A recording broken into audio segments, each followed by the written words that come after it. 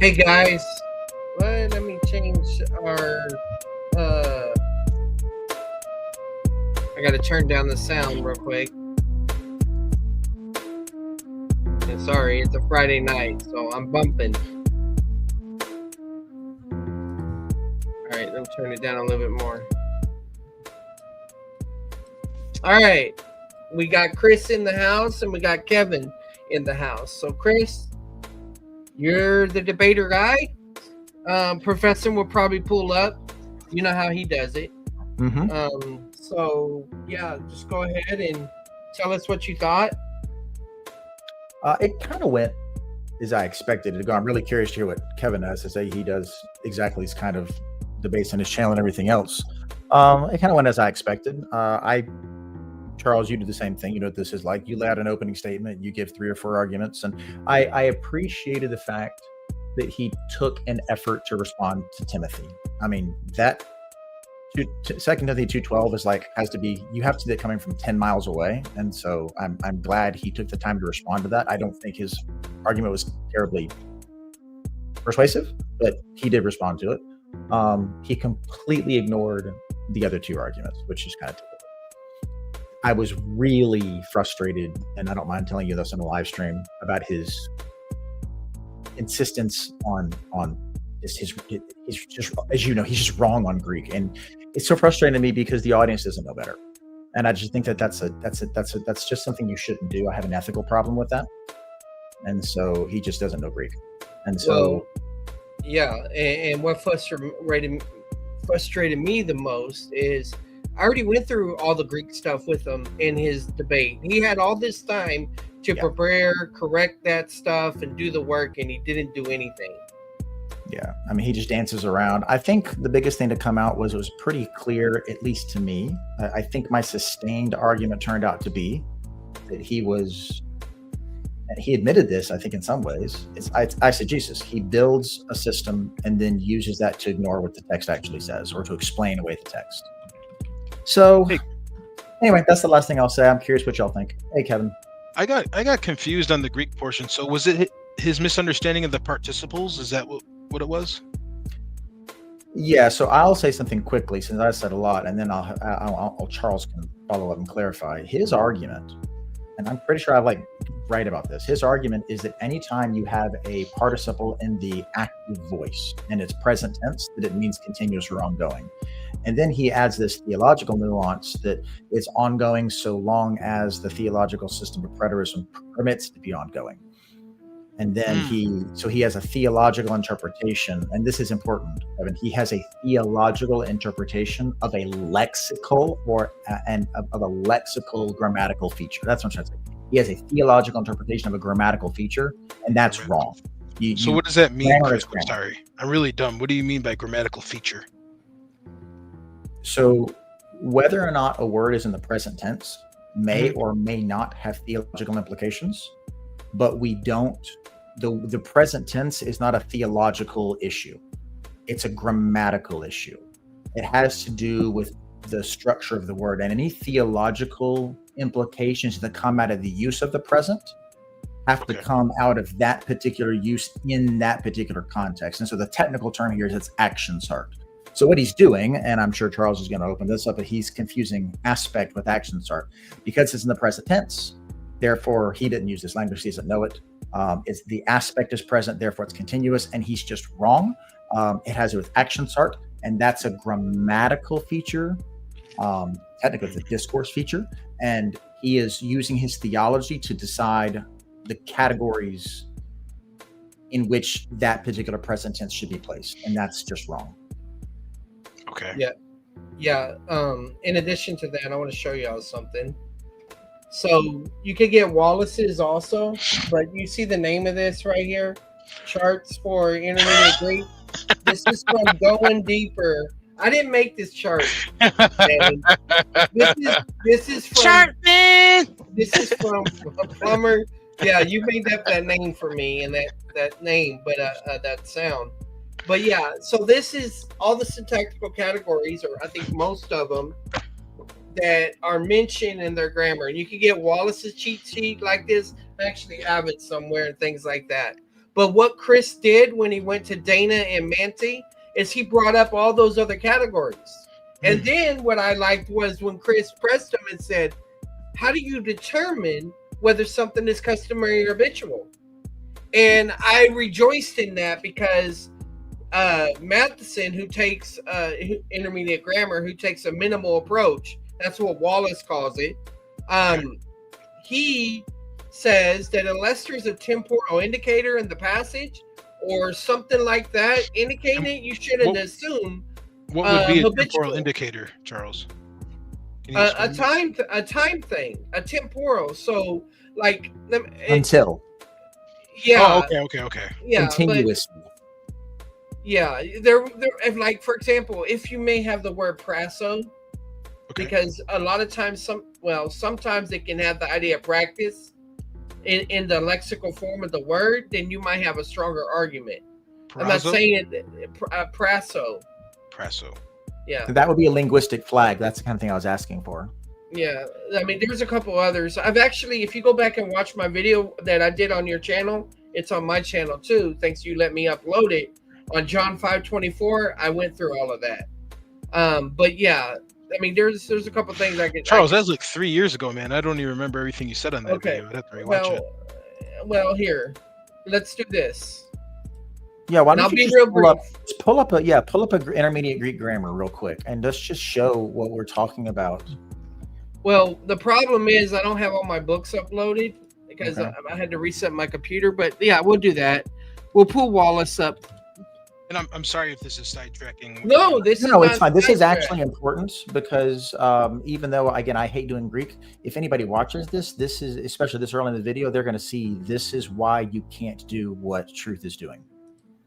Like, it doesn't work. So, and while he's pulling it up, let me just say, in first year Greek, and unfortunately popular Greek websites, you're told things like the present tense means continuous. And that's just something you're told to get you started. What you find out, Kevin, in second year Greek and beyond, or if you're in master's level second semester Greek, when you do intermediate Greek, is that when you see a present tense, it doesn't mean continuous. You have to decide what bucket it goes in. There's like 7 or 8 different kinds of present. You know, Chris, when you say that, it's so strange to me because, like, until recently, I've never heard that argument. Like, I've heard James White make the argument that the present tense means it's continuous. And that's just wrong. You're breaking my heart, Chris. I mean, Kevin, because I've told you that many times. But no, when I say recent, as long as you get it, Kevin, I praise God. Right. So just show him. So you have a present tense verb. So that's your aspect. Now, what kind of present tense is it? Right. And now you so can these are actions are categories. So go ahead, read one of these, Kevin. Instantaneous present, aka aorist or particular present. Action occurs at the moment of speaking, usually a performative statement. For example, I tell you the truth, the Rams won the game. So that's in the present tense right there. I tell you the truth, the Rams won the game. So this isn't a continuous. He's not like talking all the time with you about how the Rams are winning the game. It's just a fact that he informed you of. It's a one-time event. I told you that. Oh, okay. If you say, I put that on my mama, the Rams won the game, that doesn't mean that you constantly put it on your mom. That means at that moment, you're making an oath right there, you know. That would be an indicative, right? Like making a statement? Yeah, a declarative statement, yeah. Yeah, so the indicative in this case is a linguistic flag. It's not determinative. One of the things that you need for an aorist present is you need an indicative. If it's not indicative, it's never going to be an instantaneous present. So that's an example of one of many linguistic flags you need. See, all that, what you just said there, Chris, like it sounds awesome, but you lost me. I'm sorry.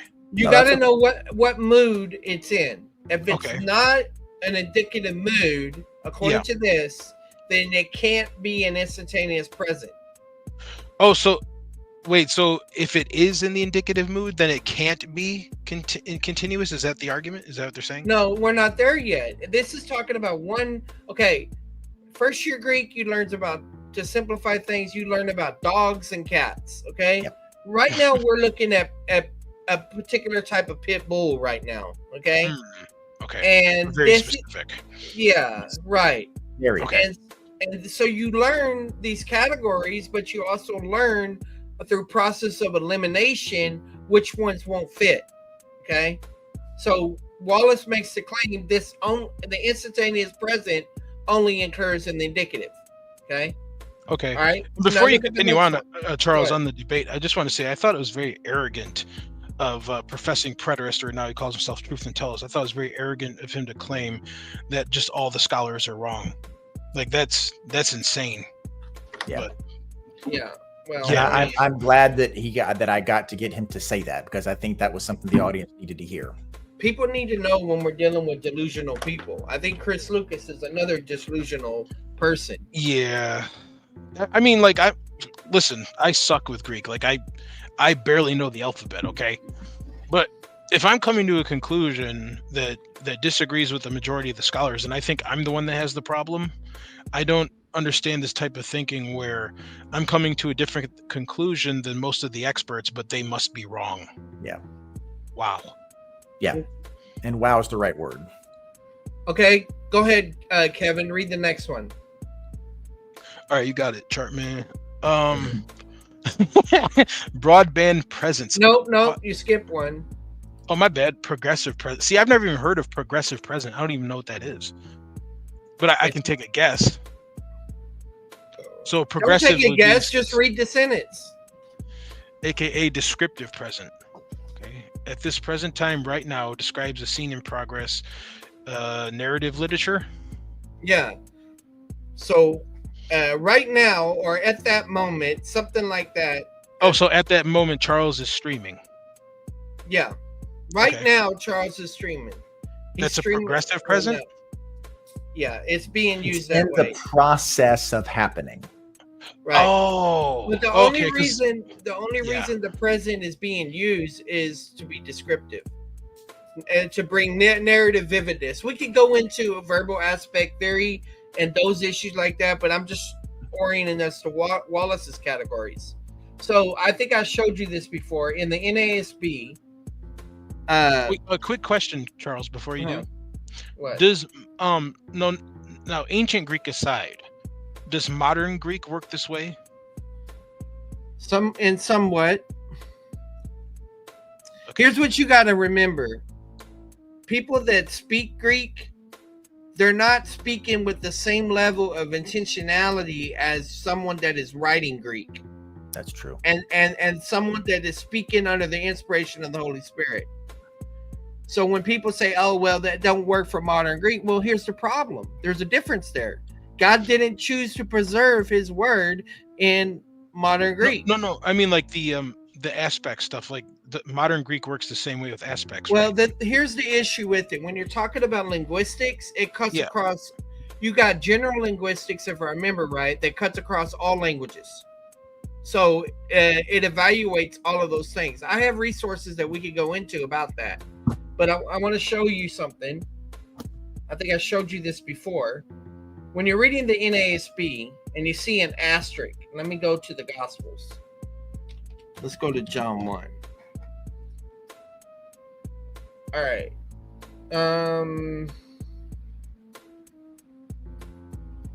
Goodness gracious, help me find an asterisk.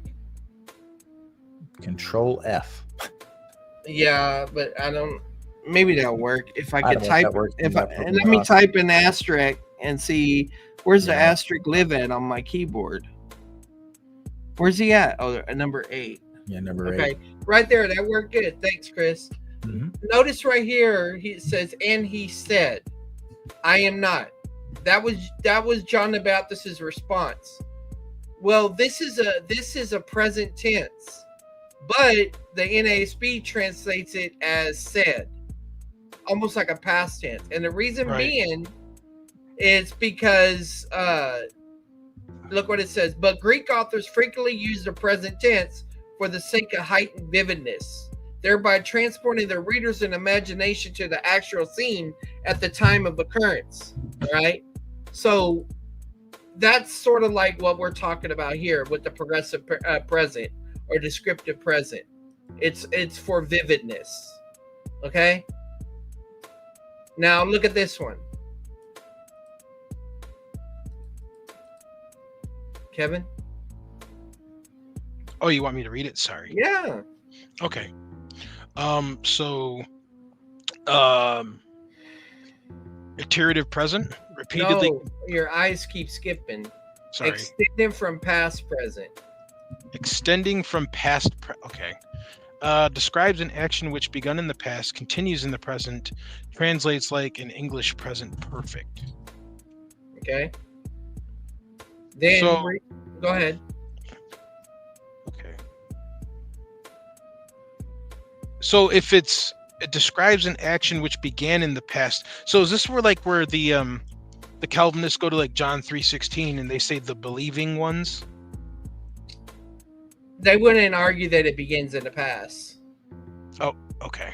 They wouldn't argue for this category. Okay. But your general intuition, Kevin, is right that they're going to try to find a category and put it in. And so I listen, Charles wants to go through all these, he's fine, and that's totally fine. What I wanted you to see personally is when you take second year Greek, what you do is you spend an entire year doing what we're doing right now, which is you look at passages and you say, here's a present tense.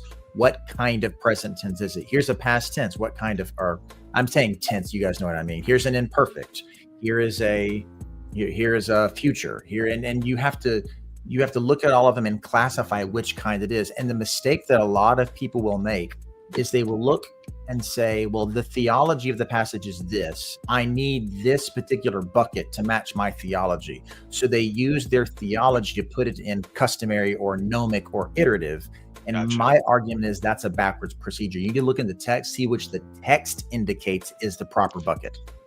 Okay, and then so I'm just curious, so if you're looking at a Greek manuscript, how would you tell which category it should be in?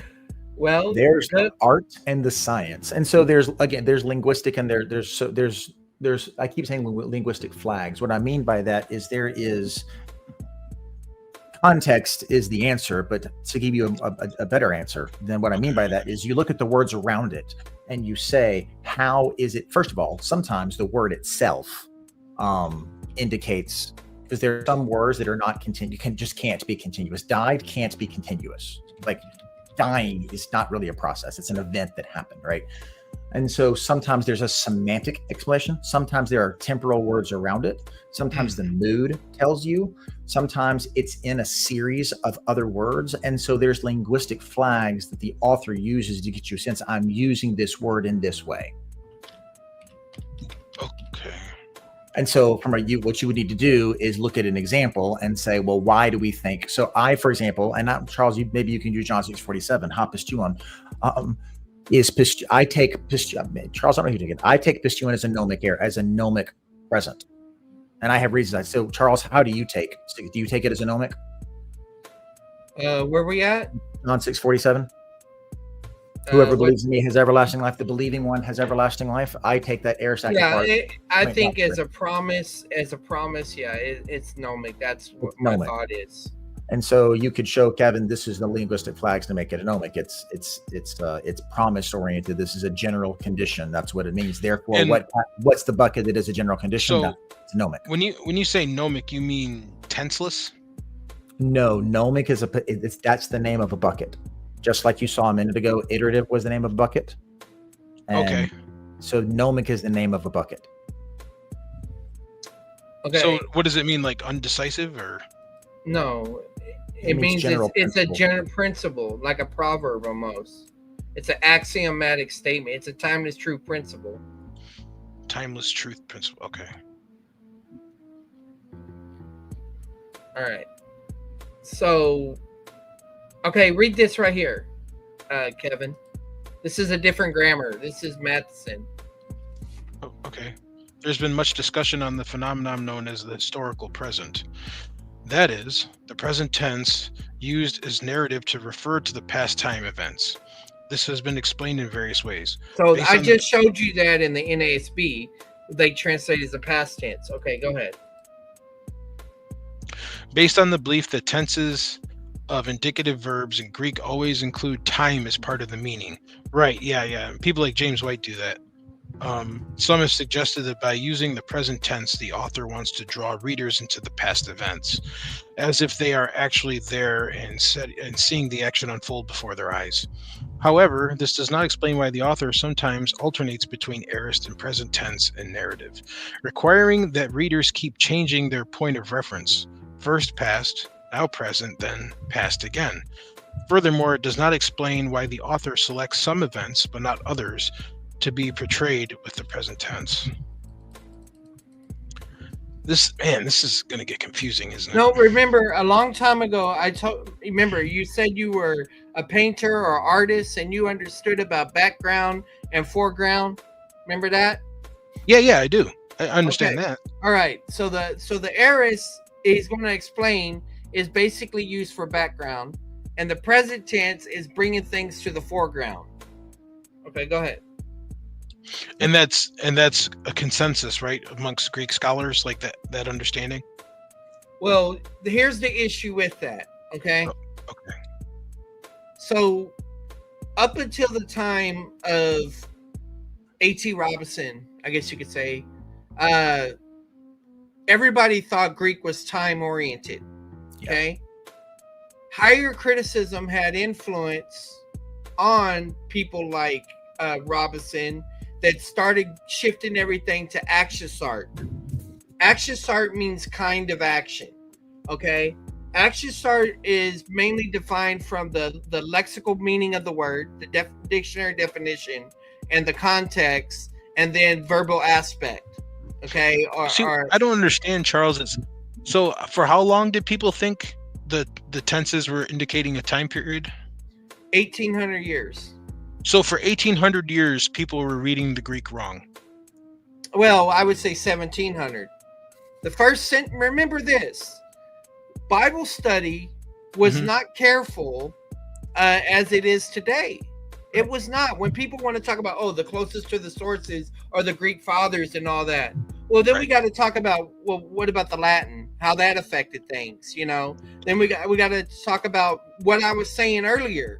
Even people that read and speak and use Greek like that are not doing it with the same intentionality that you do whenever you understand that you're writing inspired scripture.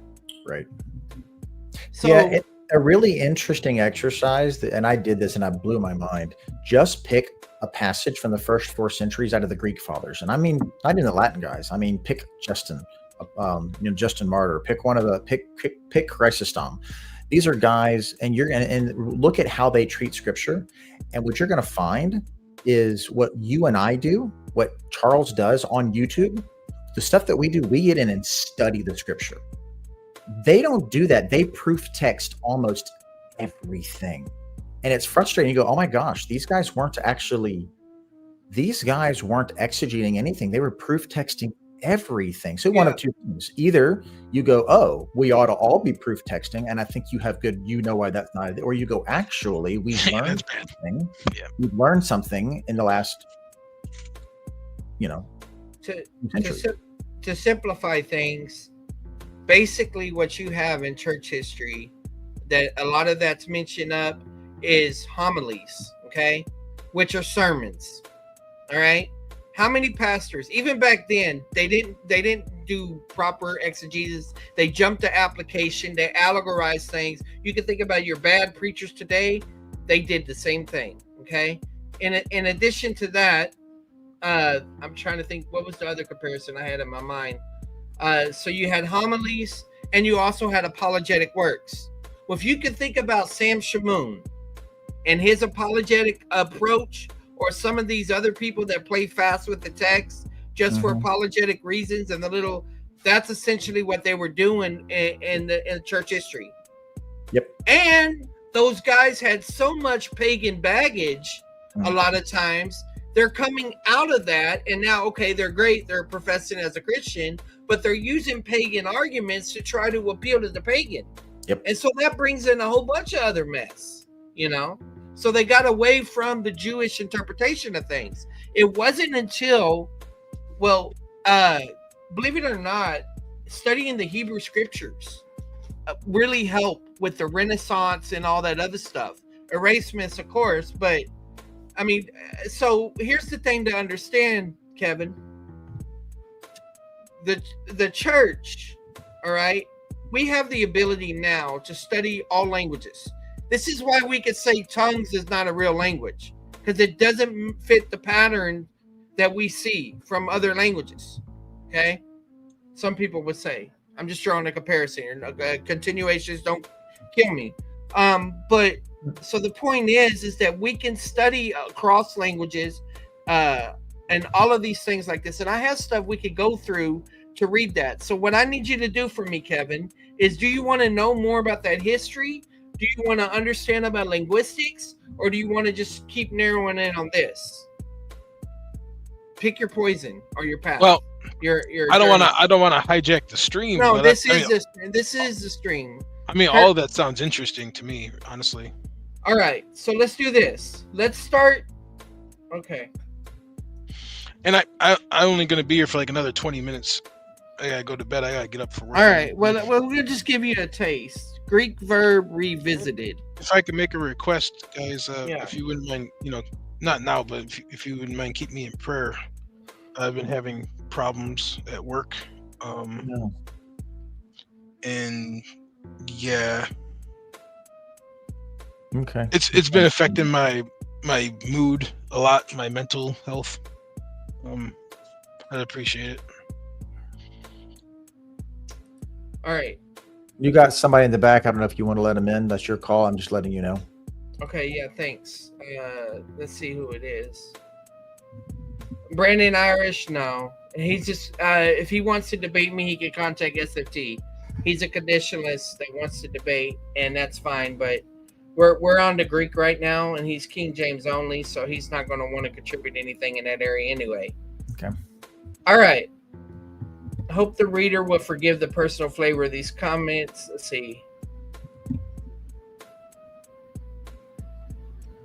I'm trying to think where I want to take you here. Okay, I'm going to go with the second chapter because it narrows down into aspect. All right. Go ahead. Start reading.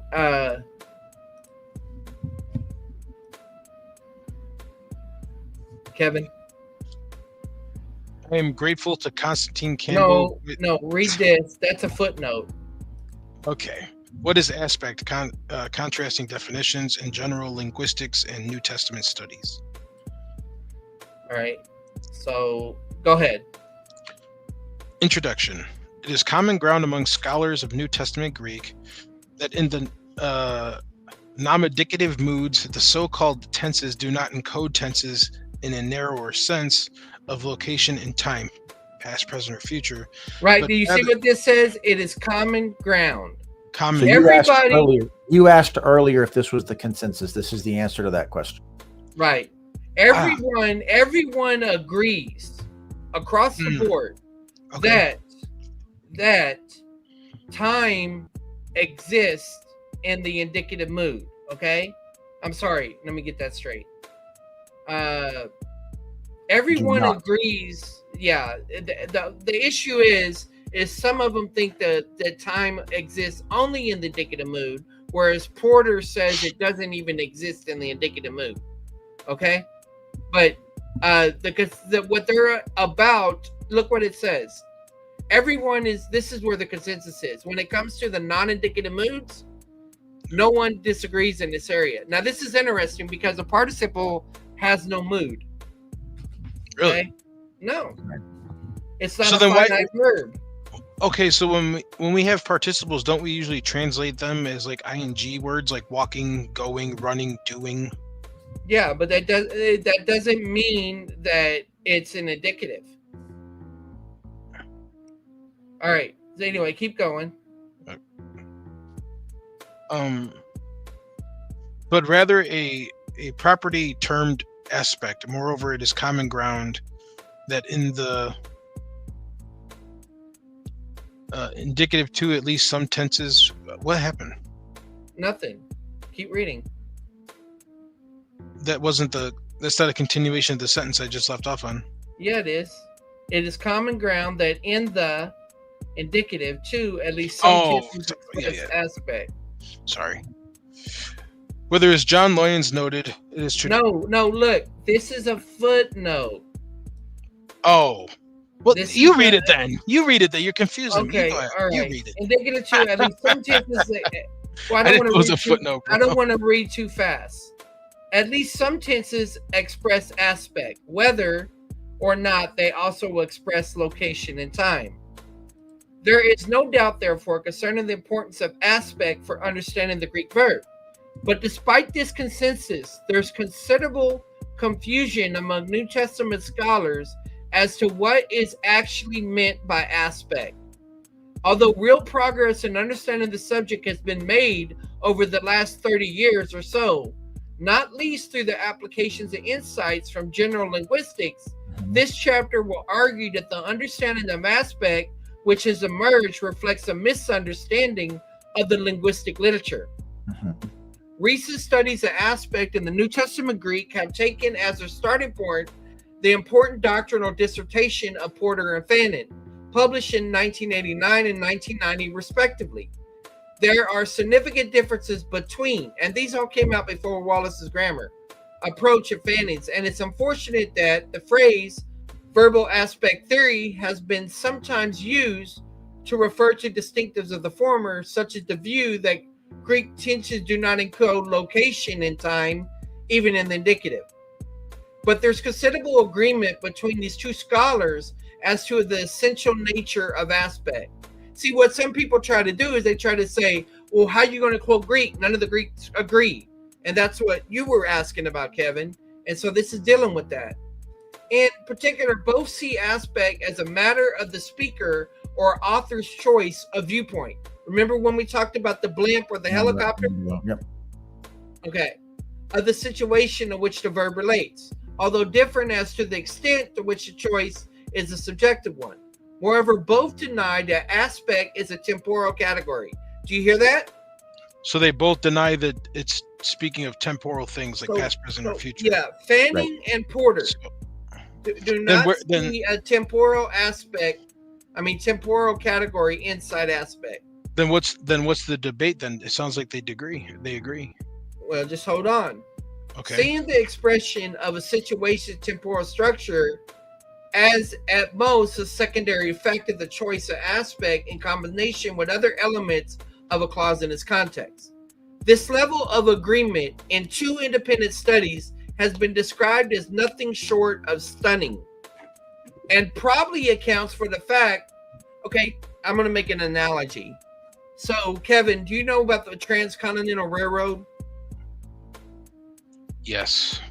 Okay, so one side of the United States has started building the railroad, and the other side started building the railroad, and they meet in the middle to create that. It's almost like what this is saying is that these scholars are coming from two different perspectives, yet met in the, came to this agreement on this. But okay, independently, they didn't study each other's work. Right. Accounts for the fact that sequential New Testament scholarship on aspect has generally accepted Porter and Fanning's understanding of the concept rather uncritically. Campbell, that's Con Campbell, has noted that while the disagreement between Porter and Fanning provoked interest and debate, the agreement offered a relatively stable foundation for future aspectual research.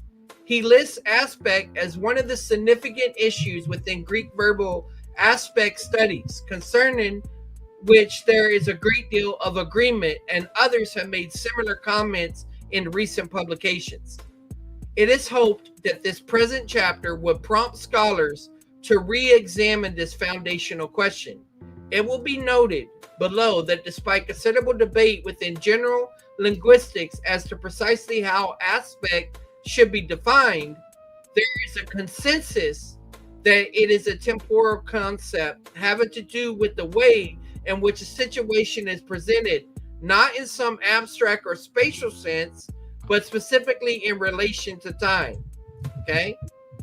For this reason, the actual temporal structure of the situation often constrains the speaker or author's choice of aspect, so that the choice is subjective, one only in certain circumstances. So he's kind of pushing back a little bit, right? Fanning indeed recognizes this latter point, but is nevertheless reluctant to define aspect in relation to time, And most of the recent work on aspect within the New Testament studies has followed Porter's more subjective approach.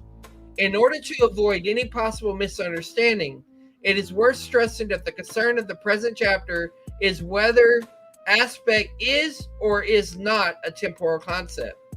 It is not whether the Greek tenses ever encode tense, right? Because they've already agreed on that issue in the narrow sense of location and time alongside aspect.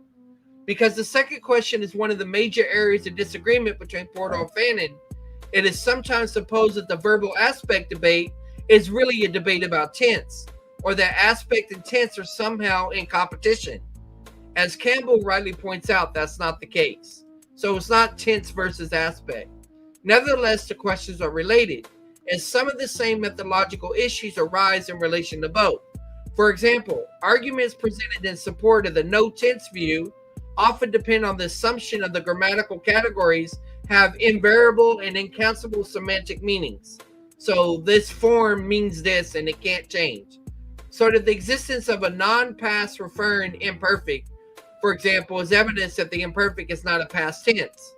In fact, there's much to be said for the view that grammatical categories are polysemious. That means they have multiple meanings.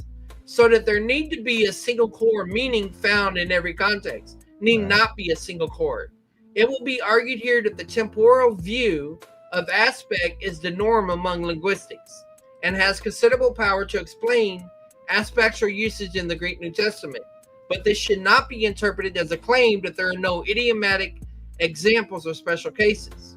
Section 2 below offers an overview of representative approaches to aspect in general linguistics, pointing out that although these differ in their descriptions, they are in agreement that aspect is a temporal concept. So he's arguing for a temporal concept.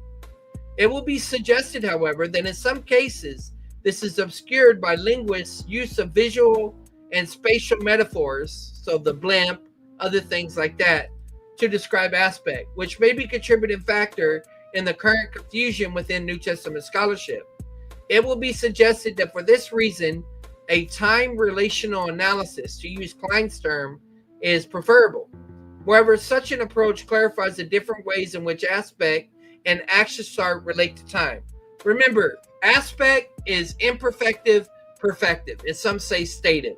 So if something's not perfect, what's that mean, Kevin? It's imperfect. Right, it means it's not complete, right? Incomplete, sure. Yep. If it's perfect, what is it? Complete. Complete, yeah. Okay. But remember, it's not focusing on time. It's not even focusing on kind of action. It's focusing on viewpoint. Okay?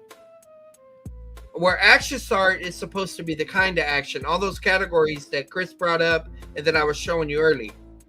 Section 3 surveys the definitions of aspect by 4 New Testament scholars, namely Mateos, Porter, Fannin, and Campbell, showing how the latter 3 downplay or deny the temporal nature of aspect in contrast to the linguists discussed in Section 2.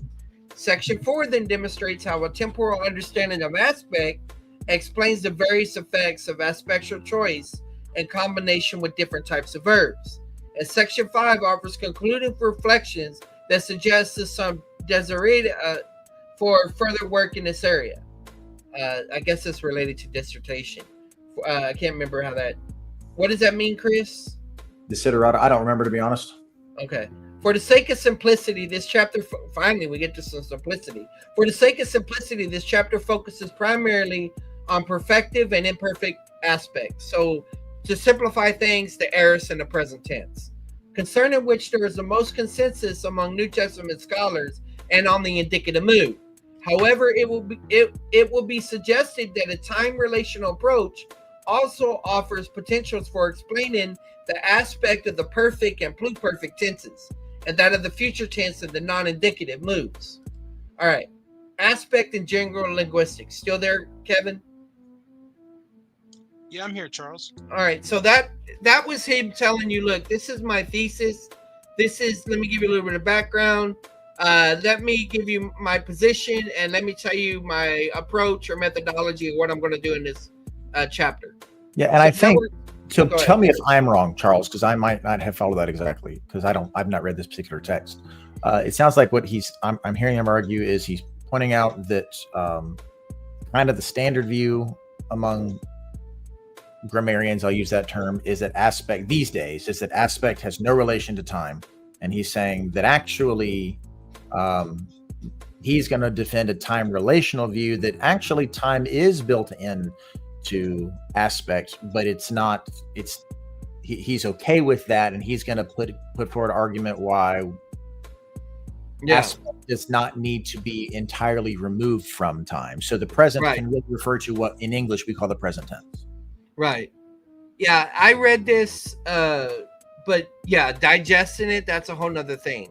Because that's what I'm hearing him argue. Yeah, because I read Con Campbell's book, Advances in Greek, and he talks up to this point, but this book came out after that.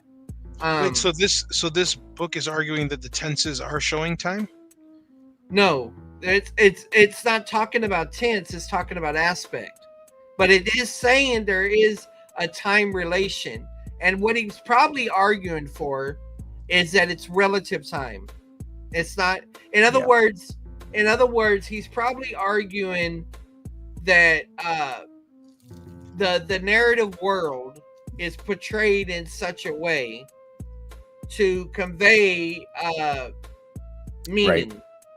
I think that's where he's going. Which would make sense to me. The only thing I would say, because there's no way that I'm going to come to a conclusion on this particular argument. No. This is the reason that I tell people, and I'm not trying to be a jerk, Charles, I really don't like to use Greek in debates. It's because I don't think most people understand what they don't understand in order to be able to do this effectively. Right. Even the claim about what aspect really is. Well, but there's current advances that means that we may not be totally sure about that. So that doesn't mean you know what your Bible says. Of course you do. But if your argument is going to turn on something as nuanced as the time relations construct, as understanding of aspect, that's bad. That's a bad argument. You should not make that argument. Right. And see, here's the truth, Chris. I need to disprove the theory that free gracers have overstated their position in the languages. I need to disprove that.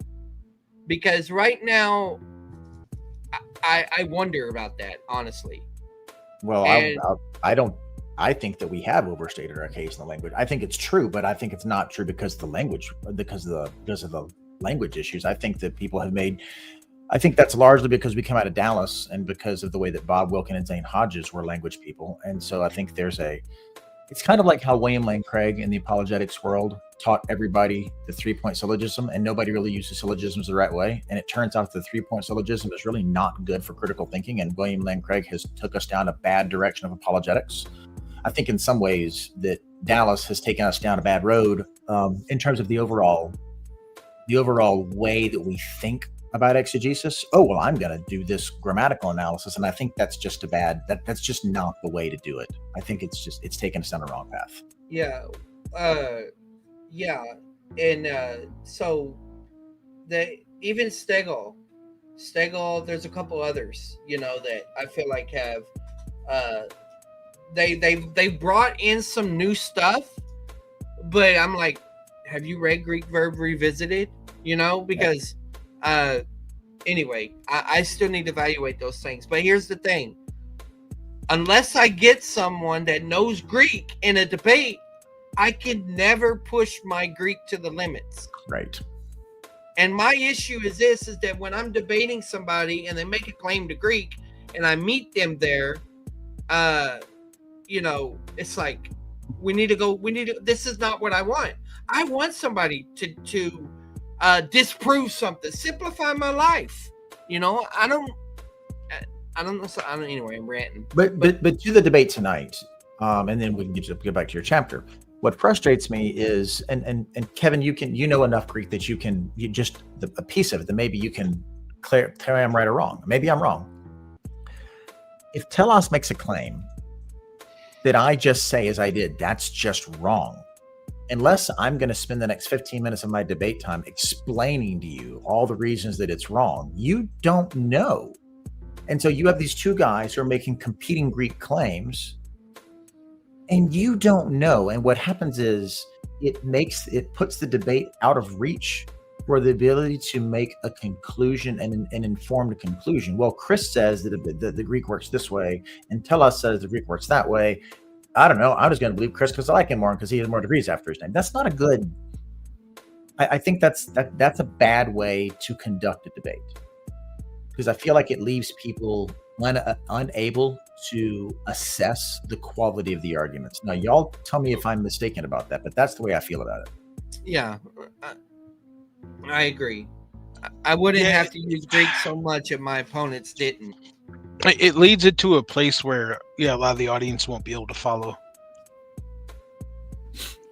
And also him just saying, well, you're wrong. That's just an assertion. He didn't really put into work to show why.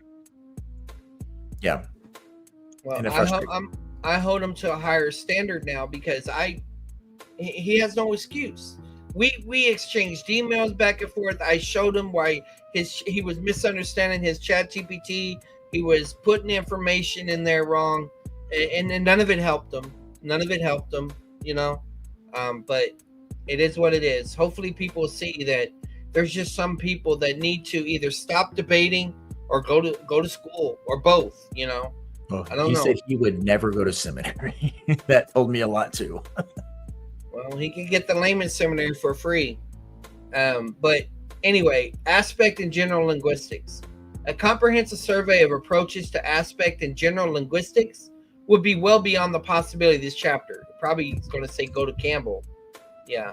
Instead, the range of opinion will be illustrated with reference to a few of the works that have proved most influential, both on aspect studies in general and on New Testament scholarship in particular. Perhaps the biggest difference among linguists when it comes to defining aspect is precisely which of a number of related phenomena should be included under the umbrella. The difficulty being the languages behave rather differently with respect to the phenomena in question. One approach starts with a particular language and uses the term aspect to refer to a particular grammaticalized distinction found in that language, while another seeks a broader definition that can be applied cross-linguistically across other languages. Studies of aspect in New Testament Greek have drawn on both approaches. So you got the general linguistics, and then you got the specifics that refers to the Bible, basically. As an example of the former, we begin by considering aspect in Russian, and in particular, Izhashenko's parade illustration. That's the viewpoint idea. A modified version of which has made its way via Porter into discussion in New Testament Greek. The remainder of the section will examine various attempts to define aspect as a cross-linguistic category, beginning with the idea of aspect as a view of the internal temporal constituency of a situation, of which Comrie is perhaps the most frequently cited exponent. After explaining Comrie's view, we will consider Bach's critique of Comrie and Bach's explanation of the distinction between aspect and exercise. It will be noted that he and others who make such a distinction nevertheless define both concepts in relation to time. So he's mentioning these guys, but they're going with this time relational idea. It will be suggested, however, that their temporal understanding of aspect is in some cases obscured by the use of visual and spatial metaphors, the parade stuff, and the time relational definition, such as those Johnson and Klein, is to be preferred. Aspect in Russian and Yashchenko's parade analogy. The narrow approach to aspect usually takes its starting point, the distinction between the perfective and imperfective. Verbs in Slavonic languages, which Wilkin is Slavic, if I remember right, such as Russian from Serbia, I think, which has been called the aspect language par excellence. Indeed, the use of aspect as a grammatical term originated in the 19th century as a kalke or loan translation of the Russian verb vid. If we had Paul Miles, I think he knows Russian. The latter can mean both form and view, and was originally adopted by grammarians as an equivalent to the Greek term eidos, which means to see, referring to a morphological form or type, if I remember right. Smothrakis used the term in the earliest 17th century to distinguish primary nouns and verbs from derived ones, And Grec, in his 1827 grammar, used it to distinguish various semantic classes of verbs. It was only later that the term came to be reinterpreted in an alternative sense of view, okay, and used to refer to the distinction between perfective and imperfective verbs. Rafe's use of the coquet aspect in his 1828 French translation of Grec's grammar was no doubt partly responsible for the first of these developments. Even if, contrary to what is usually supposed, he may not have been the first to use aspect as an equivalent of, I think it said breathe, the Russian, the precise distinction between perfective and imperfective aspect in Russian has been much debated. Some earlier scholars saw the distinction as one between completed action and continuous action, or between actions of shorter and longer durations. But Forsyth represents what is probably the standard view today when he defines a perfective verb as one that expresses the action as a total event summed up with reference to a single specific juncture. Remember, this is talking about aspect as it relates to Russian. And an imperfective verb is one that is neutral with respect to perfectivity. Ishchenko, who understood the distinction similarly, illustrated using the analogy of a parade, which is often cited in studies in aspect in New Testament Greek. Yeah, I've used it. However, the version of the analogy familiar to New Testament scholars is Porter's adaptation and differs strikingly from Ishchenko's own version. Ishchenko, and I know I'm not saying that right, but whatever, suggested that when one uses a perfective verb, such as there's your Russian, one perspective can be compared to that of a person watching a parade from the stand. Such a person stands outside the event and experiences the whole thing from beginning to end. And what tense is that? Well, this is not talking about tense. It's talking about aspect, perfective. The perfective aspect. Sorry. Yes. But just to simplify things, that would be the aorist. Okay, we're going to be reductionistic. Just think aorist for right now. Okay. Okay. By contrast, the perspective expressed by the imperfect equivalents, which you should think of present tense for right now. He was rewriting, or that's an imperfect, but still, can be compared to that of a participant marching in the parade, who does not experience the complete event because he or she cannot see its beginning or end. Ishchenko represented the distinction graphically as follows. So you got the imperfect aspect, you got the speaker sitting in the stands is situated as it were within the process. I'm sorry. This is the one where you're marching in the group. This is the one wherever the speaker is watching the whole parade from the stands. Okay. And this is a standard illustration. Like, you should understand this. This is a really important. When people talk about aspect, this is like first thing they start talking about. Yeah. Another way that this is described, and Stegel talks about this, is proximity and remoteness. I prefer that, although I don't have a statistical argument. Yeah. I have to be careful to say I like it. I like and prefer. I think the remoteness helps me understand the text better, but I don't have an argument for that. It's just an intuition of how I feel the text.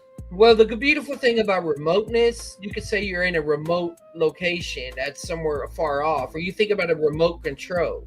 You know, you're standing off from it, and you could view the whole TV, you know. So the perfective would be the remoteness, and then the proximity up close would be the imperfective in that example. A weakness which has been noted in Ishchenko's analogy so far as Russian is concerned is that the comparison of the imperfective to the view from within the parade, not taking its beginning and end, contradicts Ishchenko's own understanding of the imperfective as a neutral form. So Ishchenko thought the imperfect was neutral.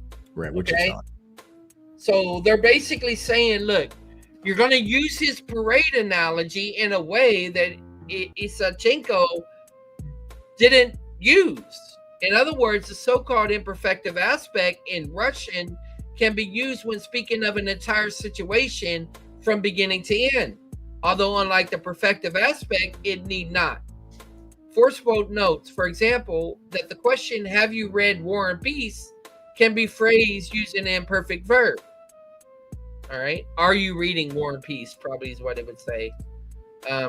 But although Yushchenko's illustration and imperfective aspect does not completely fit his understanding of Russian, it does fit the usual understanding and imperfective aspect when considered as a cross-linguistic typological category. Remember, we're talking about across all languages.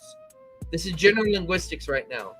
Right. That is, some languages differ from Russian in having a form that is used only when the temporal boundaries of a situation are positively excluded. Okay, so let me read that again. Some languages differ from Russian having a form that is used only when the temporal boundary situation are positively excluded. So that's the idea that's kind of like the minimal approach. Unless there's like temporal indicators, then some languages kind of have that default. I think that's what he's saying.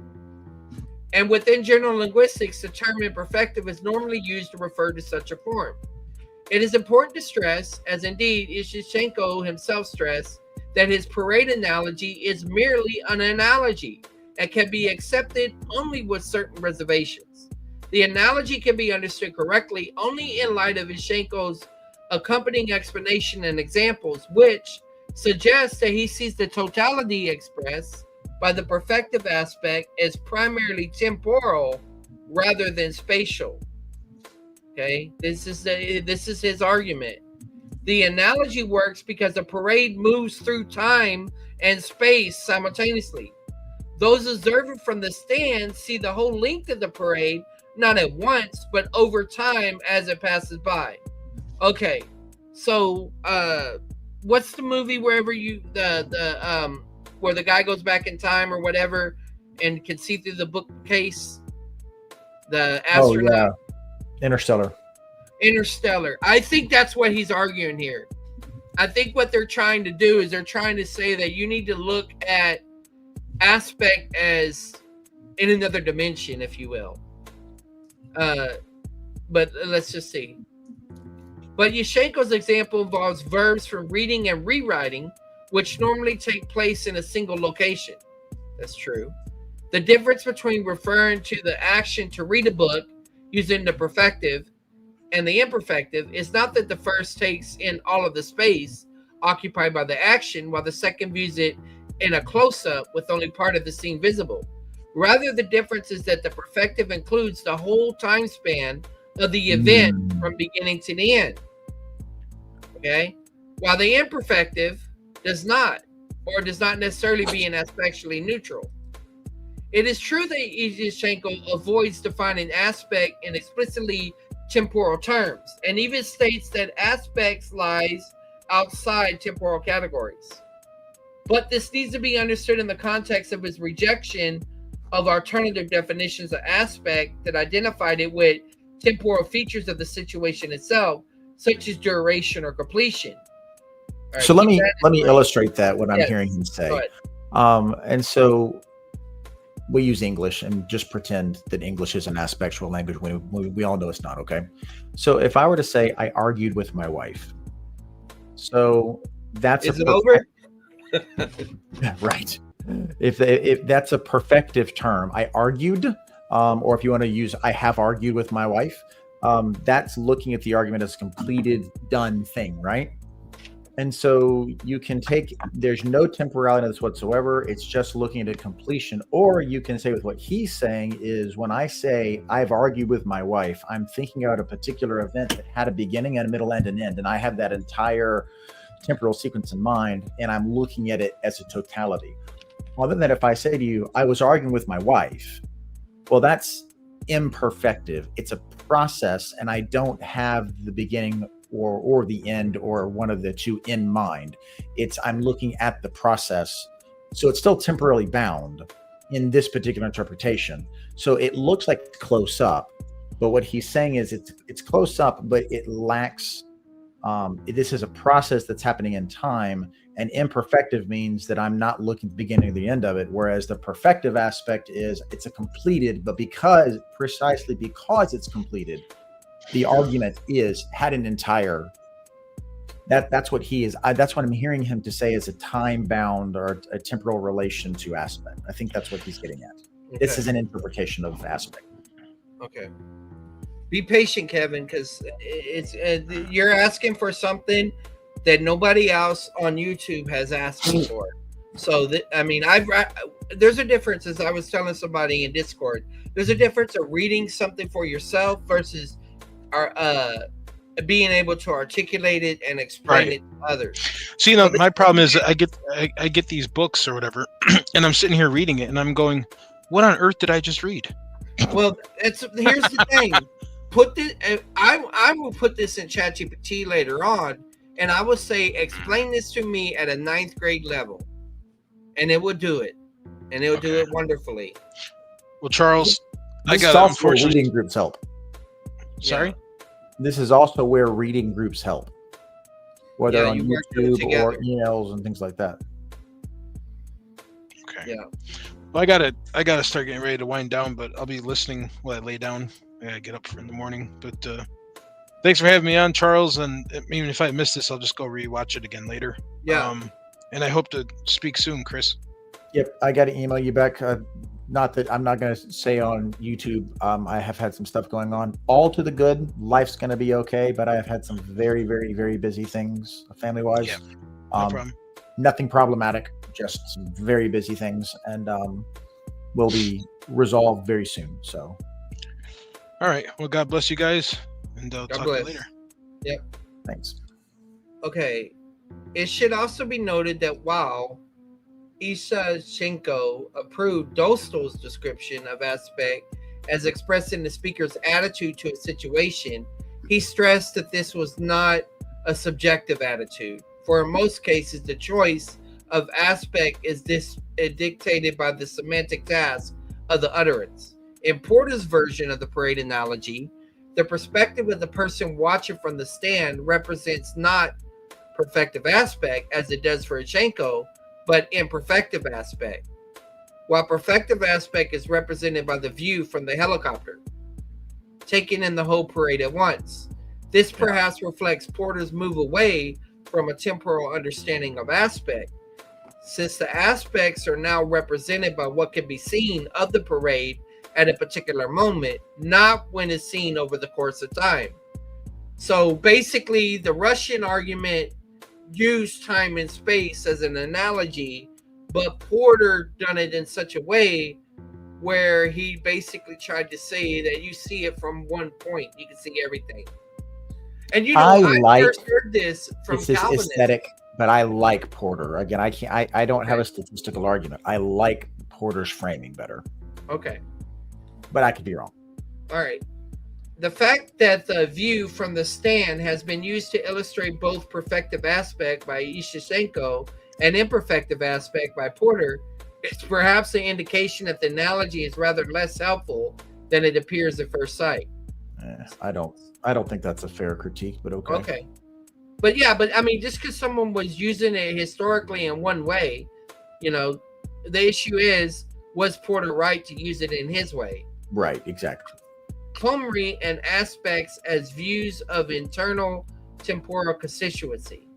Although some linguists have insisted that the term aspect should be reserved only for the perfective imperfective distinction found in the Slavonic languages, Bakke notes that the aim of general linguistics is to provide a technical terminology and a linguistic model which may serve as a useful framework for the analysis of any specific language. And so that's the thing. That's the benefit of general linguistics, is that, okay, right, you get this idea about how languages work generally and these studies, and then how do we apply this, you know, with the Bible? Yes. Or to a particular language, even if we're not even talking about the Bible. Mm-hmm. Not all languages have a straightforward perfective imperfective contrast. Right. And believe it, it's so weird. Whenever I read Wallace, my mind was so focused on Exasart that it didn't catch aspect. I don't know why. There's things when I go back and read Wallace, and I've read Wallace many times, I'm like, wow, Wallace was talking about this from the very beginning. You were busy learning something else. Yeah, and this was before I was in seminary, but it was when I started learning Hebrew, the Vayikto, the Wekatah clauses. I was reading Chisholm's book, Exegesis to Exposition, and some of that stuff like that, and I was like, okay, narrative sequence, discourse function, and all of that, and then come to find out in the Greek, it's doing the same thing. So it clicked for me there. Yeah. Not all languages have a straightforward perfective and perfective contrast. English, for example, can express action as simple as I walk or I walked. Progressive, I am walking, I was walking. Perfect, I have walked, I had walked. Or progressive, perfect progressive, I have been walking, I had been walking. None of these categories correspond precisely to what one finds in Russian, but it seems too narrow to consider them non-aspectual. Accordingly, linguists have sought a broader definition of aspect that can be applied cross-linguistically. A common understanding of aspect within general linguistics is that the term refers to an expression or view of the internal temporal structure of a situation, where the word situation serves as a catch-all for actions, events, activities, and states. Thus, Klein, I wonder which Klein, is that the one that wrote the hermeneutic book? Right. Thus, Klein notes that aspect, according to the conventional view, concerns the different perspectives which a speaker can take and express when regarding to the temporal course of some event, action, or process, etc. The speaker may view it as completed, as ongoing, as imminent, and possibly in other ways. Perhaps the most influential and frequently cited representative of this approach is Comrie, who defines aspects as different ways of viewing the eternal temporal constituency of a situation. That seems to be where he's developing his definition. The phrase internal temporal constituency refers to the way in which the situation unfolds through different temporal phases, especially its beginning, middle, and end. Yeah, but that just sounds like action start. Yeah. Comrie defines perfective aspect as indicating the view of a situation as a single whole. Okay, that's remoteness, without distinction of the various separate phases that make up the situation. All right. While imperfective aspect pays essential attention to the internal structure of the situation. This definition enables Comrie to include within imperfective aspect a variety of more specific aspects, such as habitual and progressive aspects. Okay, so you see what's happening? They're trying to bring action start back into verbal aspect. Right. Yeah, I don't like the way this is landing for me. Yeah. Comrie's definition of aspect is a semantic rather than a formal one. That is, it is not restricted to distinctions that are grammaticalized in a particular way, or indeed at all, but encompass the diversity of ways in which the world's languages express internal temporal constituency. For example, Comrie notes that in Finnish, and Walter's Finnish, Walter, you know, the guy that wrote the Free Grace history book, between he read the book and he was reading the book, is expressed not by using different forms of the verb, but by placing the object of the sentence book in different cases, namely the accusative and partitive, respectively. Okay, so it's inflected. This distinction can nevertheless be considered an aspectual one within Comrie's definition. Okay, so Comrie makes aspects so broad that includes anything that's anything. It doesn't have to be a verb or anything like that. All right. Yeah.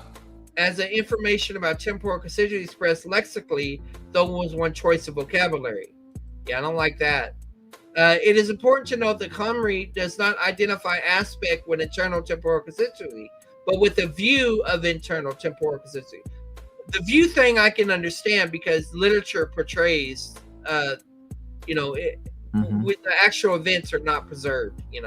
Aspect, in other words, is a linguistic feature, a feature of utterances about situations rather than of the situation themselves. Okay, that's correct.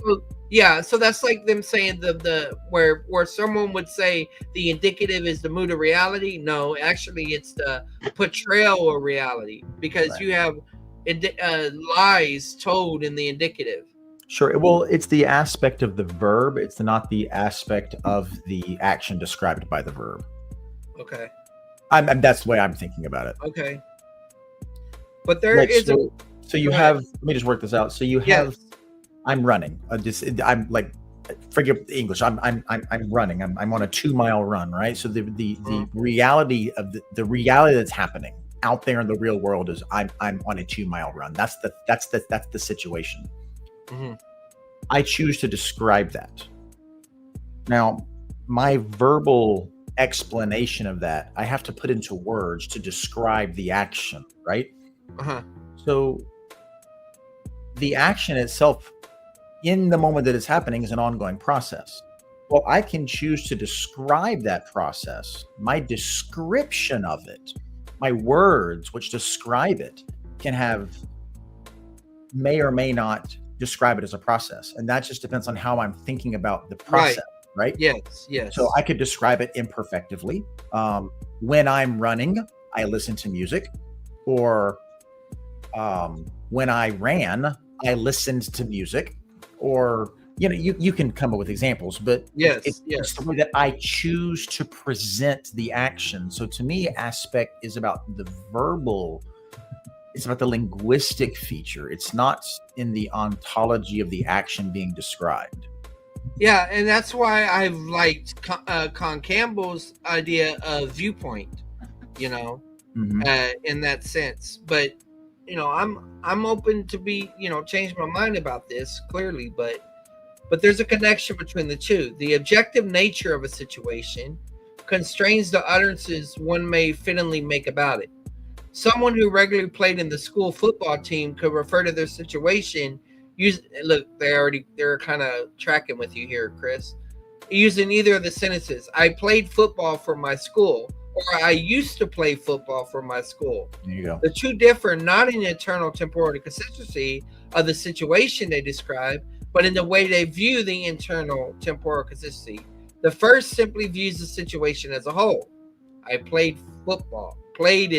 This is like one event, I used to play football, it probably refers to, I used to play the game of football, but what comes to your mind is, so you did a lot of it kind of has a different connotation, I guess. By the way, rational logic, and I'm not know if he's still on.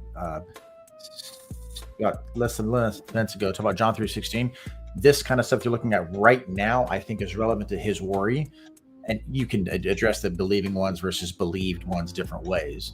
But this is a good example of confusing action, start, and aspect. So I think if rational logic's listening, I hope that he pays attention to this particular section, because this helps, I think, address why he's thinking about this the wrong way. Yeah, right. And it's sad he's a seminary student, but he doesn't seem to be open. Well, what I will say in defense of seminary students is you have been. Well, your seminary, I don't know where he goes to seminary. Yours is much heavier focus on language. Most seminary students don't take Greek, and if they do, they take 2 years at most. Yeah. And you know as well as I do that 2 years of Greek just gets you started.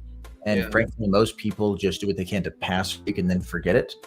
But those people do not do what you're doing right here. Yeah. They just say, "Oh, I took 2 years of Greek." Okay, what was your last test on your? Because I guarantee you got a 72 on your test on participles. Don't tell me you know Greek. Yeah. Well, what's interesting is when this book came out, I was interacting with people in the nerdy language majors about some of the ideas, because I read Con Campbell's book and all of this stuff. So I mean, even before, well, I was formerly in seminary already by that point, but this is something you just constantly got to get at, and you got to start somewhere. And the reality is, I don't think he started, not in that particular area. Yeah. But hopefully he'll listen. I don't know. Kevin seemed like he was listening. Yeah. Okay. But in the way they view the first simply views the situation as a whole, while the second looks inside the situation and expresses something of its temporal consistency as a regular occurrence. On the other hand, someone who had played only one match could truthfully say, I played football for my school, but not I used to play football for my school. That's a good point. That would be one of the linguistic markers. That's my language. Used to would be a linguistic flag to let you know what kind of, and I would put that in action start myself. Yeah. To me, that's an action start issue.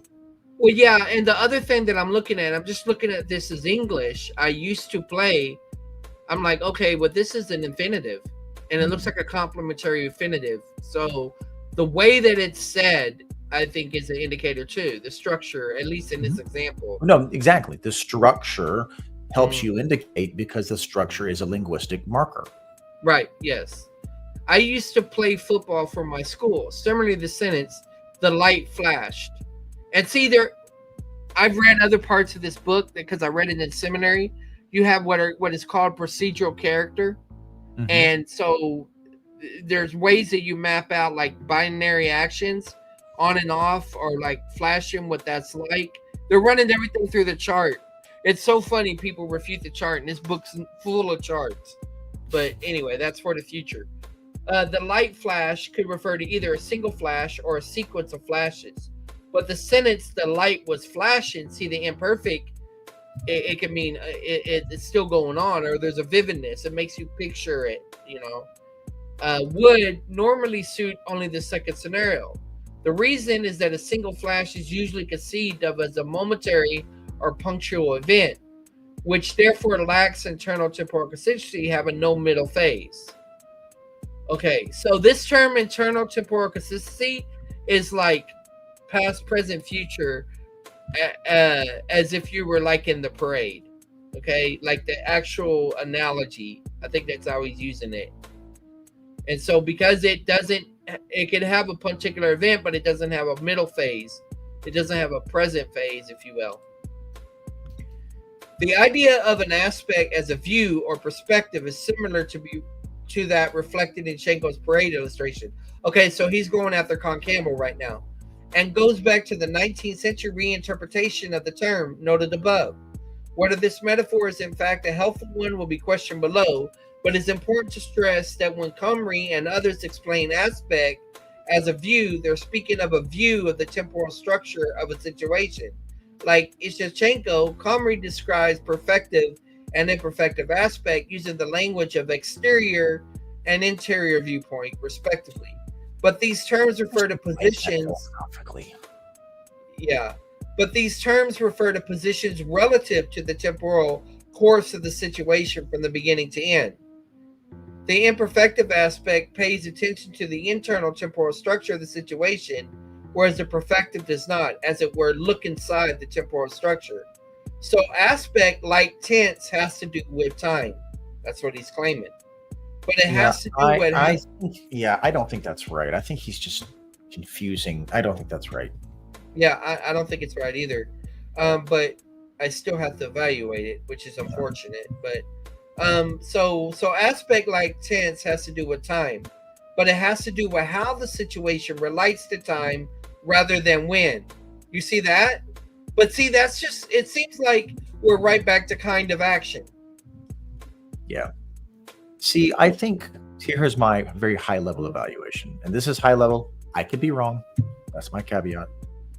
I think that aspect kind of action, that's the proper way to say it. I'm seeing aspect, if I can use very philosophical language here, as being about the relations between the verb as how it's described and the surrounding context. So it's relational. Oh, now, action starts relational. Yeah. Well, no, I'm speaking high level. I think aspect is the question is what is the kind of relation. So viewpoint. The relation is here's one of distance. And for me is action is aspect. The relation is distance. So proximity is the relation. So then the question becomes, what kind of relation? Well, some of those relations are temporal. Some of those relations are iterative. Some of those it's what kind of relation. So I think it's proximity. I think proximity is, so it's all relational. Aspect has to do with a particular kind of relation, which is proximity.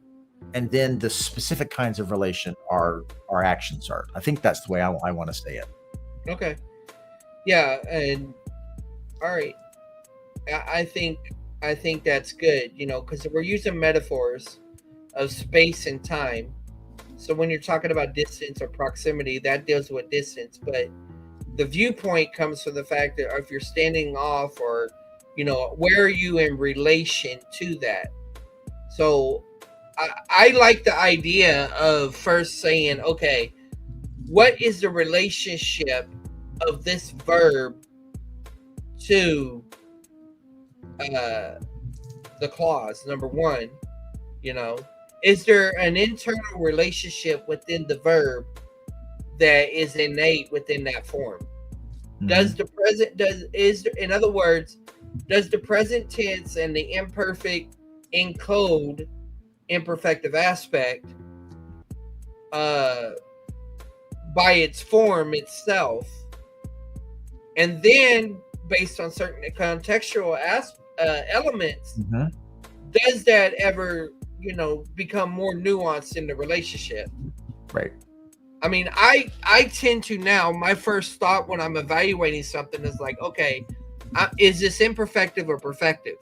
And mm-hmm. then I work my way out, the clause, the paragraph. I try to see, all right, what is the exact relationship? So yeah, this language, I need to know this language, but we need to come up with better language. Yeah, I don't think this language is helpful. Yeah. I wonder if I can make an interstellar illustration that will work for this. I don't know. Or to put it another way, with situation internal time rather than situation external time. Okay, within situation internal time would be what is embedded within the form, and then external would be outside. He's just confusing a downstream inference for the thing itself. So if it's true that I'm up close to a process, mm-hmm. and we're describing a process here, okay? Because I think all this presumes a process. Mm-hmm.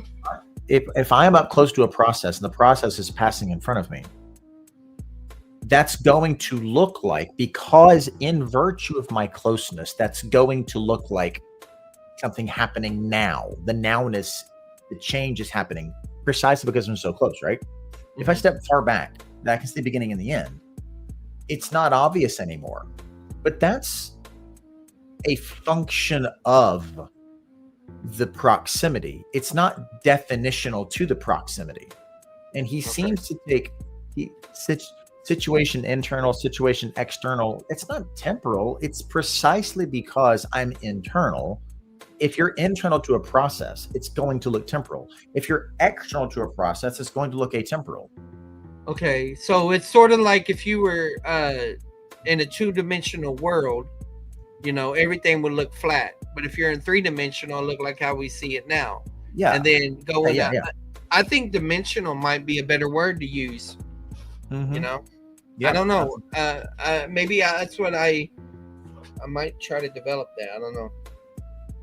Cummer defines tenses as grammaticalized expression of location and time. It is said to be deictic in that it relates the time of the situation to a particular reference point or deictic center. In the case of temporal dexis, that's Decker did a whole lot of stuff on that. This is a point in time, a now, which is normally but not necessarily the time of the utterance. As Lyons puts it, tense grammaticalizes the relationship which holds between the time of the situation that's being described and the temporal zero point of the deictic context. Deictic, yeah. An example of a difference in tense and the contrast between sentences: I am playing football. You're in the process. And I was playing football. You might have stopped, but you could be going on. The first communicates the idea that I'm playing at the present moment. The second that I was playing at a reference point in the past. Aspect, on the other hand, is usually said to be non-deictic, meaning that it does not indicate when the situation occurred in relation to a particular deictic center. But to say that aspect is non-deictic is not to say that it is non-temporal. Okay. As can be seen from examples discussed above. Bach and aspect action start distinction. Bach argues that Comrie's definition of aspect is too broad. I agree. If he's going to make nouns aspect, it's definitely too broad. And that he fails to distinguish it from action start. Amen. Amen. A German term that literally means kind of action. Yep. It's important to understand precisely what Bach means by this distinction, because the word Aktionsart means sort of action, has been used in a variety of ways, but in general linguistics and in New Testament studies, both. Okay, at least 6 different. Oh my gosh! No way. I didn't remember this from Con Campbell. I think he did list these, but still, at least 6. And I've read this. That's why everything's highlighted. But at least 6 different senses can be discerned in recent literature. And it will be useful to list these before turning to Bach's argument, for confusion arises if they're not carefully distinguished. First, some scholars have used Aktionsart to refer to what Comrie calls internal temporal constituency. That is the way in which a situation actually takes place in time. The running. You're running, right? The event. According to this understanding, Aktionsart is sometimes something objective pertaining to the situation itself, not to the way in which it's conceptualized or described. Yeah, I don't agree with that. I don't like that, just because I think that's a misunderstanding of the way language works. I think it's a misunderstanding of literature too. Yeah.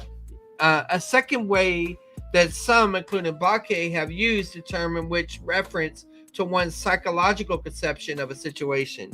Okay, so now this deals with perception. Borrowing an example from Doughty, Bach notes that one may conceptualize the activity of reading a book for an hour as a continuous one. Yeah, but here's the thing. When you say reading a book for an hour, that has an endpoint in it. Yeah. Even if it's actual fact, it was interrupted by a visit to the bathroom, periods looking out the window, blinking, and so on. Okay, that's true.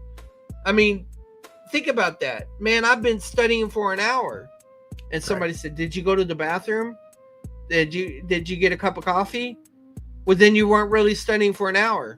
See, but my pushback on this category would be how you think about an action is different, and just necessarily it's different than how you talk about and describe that action. Now, how I talk about and describe it presumes a thought about it, but Aktionsart isn't a thought.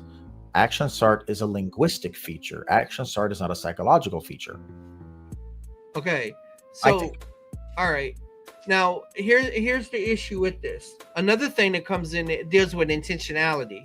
If I say, "Man, I was studying for a whole hour," and maybe I'm exaggerating.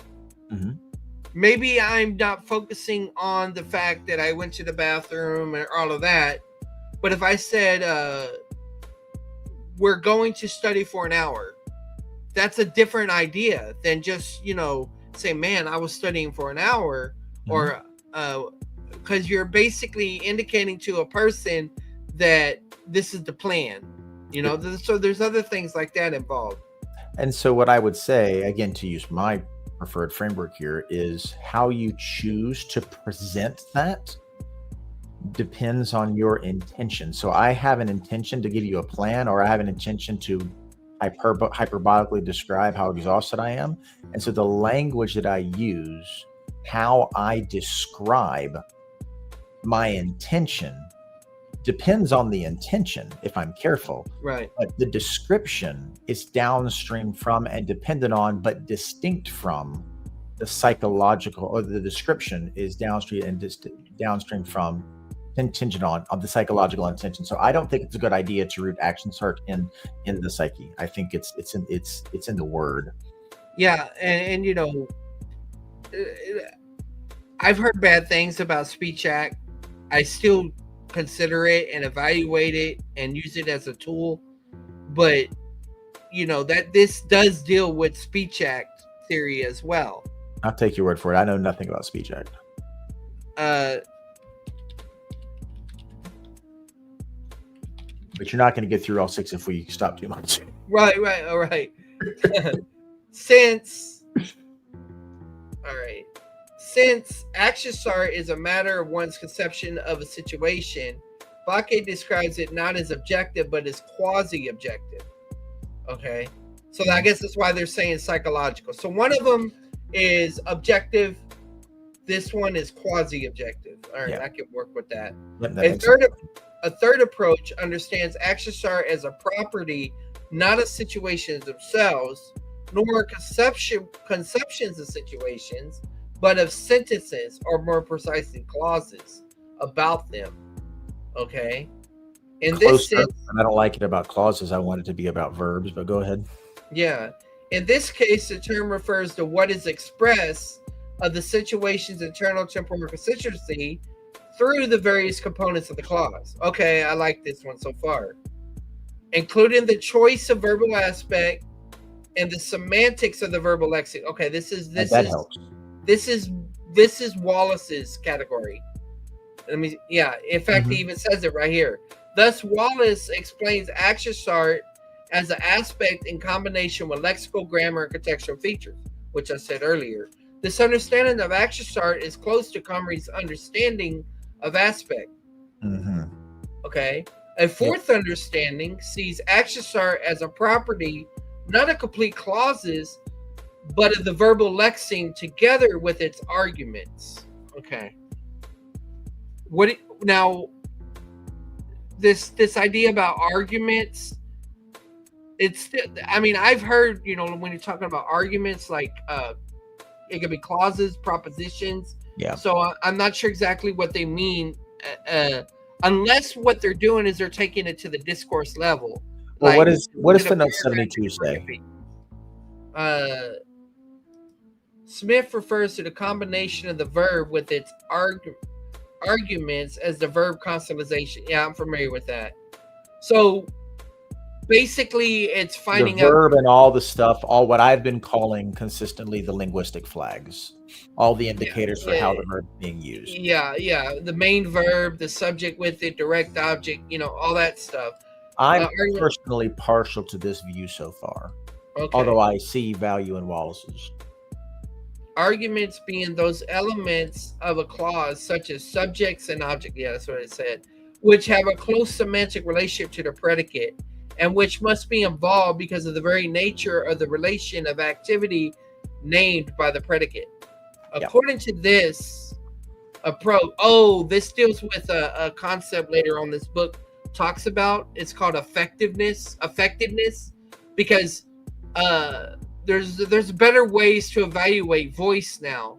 That there's what you should be measuring is the effectiveness of how something is affected, to what degree. But anyway, that's for another time. Clauses such as subjects and objects which have a close semantic relationship to the predicate, and which must be involved because of the very nature of the relation to activity named by the predicate. It has to be complete thought. According to this approach, now this is good because you know what this means. If this works, what this does is you can't hear a person say, "Oh well, I'm taking the Akshasar from 4 sentences earlier." Yeah. Right. It's in the clause. It is the interaction of Akshasar with the grammatical aspect of the verb, perfective, imperfective, and with other elements of the clause that express the internal temporal structure of a situation. The significance of including arguments is that they can make a difference to the relevant temporal characteristics of the situation described as explained in more detail in section 4 below. But this just sounds like a more nuanced view of Wallace. Yeah, I like this a lot. Yeah. For example, blogs ran and blogs ran a mile behave differently because the latter includes the idea of reaching endpoint. Yeah, let's talk about that. Another term for that is telicity. Similarly, blog, and it talks about this in this book concerning infinitives and all that. Similarly, blog scores a goal speaks of a single event, whereas blog scored goals speaks of a series of events spread over a period of time. A wide range of other terms have been used to refer to action art in this sense, including aspectual character, aspectual class. Yeah, the other term they're going to use in this book is procedural character, if I remember right. Yeah, there it is. Procedural character, situation type, and inherent meaning. Okay, I kind of like that. A fifth approach is to see action art is a property of the verb alone. Whoa. That's that's kind of shocking. So that the verb run has the same action art in the sentences blog ran's a mile. Robert Krellin, and I have read something by him, I think it's actually in this book, who classifies run as an activity verb, notes that while not finally determining the structure of an event expressed at the sentence level, verbs determine the kind of event that a sentence describes. Okay. Action art in this sense is sometimes referred to as lexical aspect. Okay, well then if we're going to do that, then let's do this. Let's talk about lexical aspect.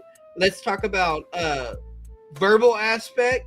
Let's talk about metaphorical, figurative aspect. Discourse aspect. Yeah. Let's just do that.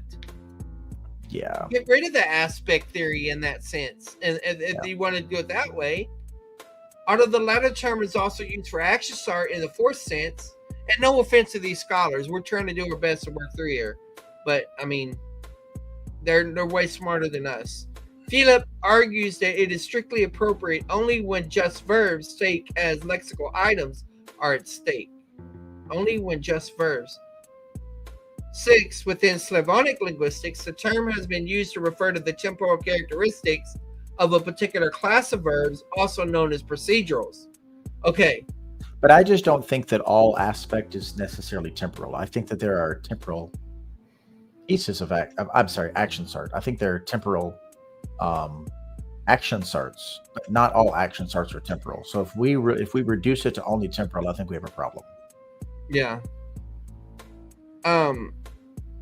Okay, so this is going to the language of procedurals.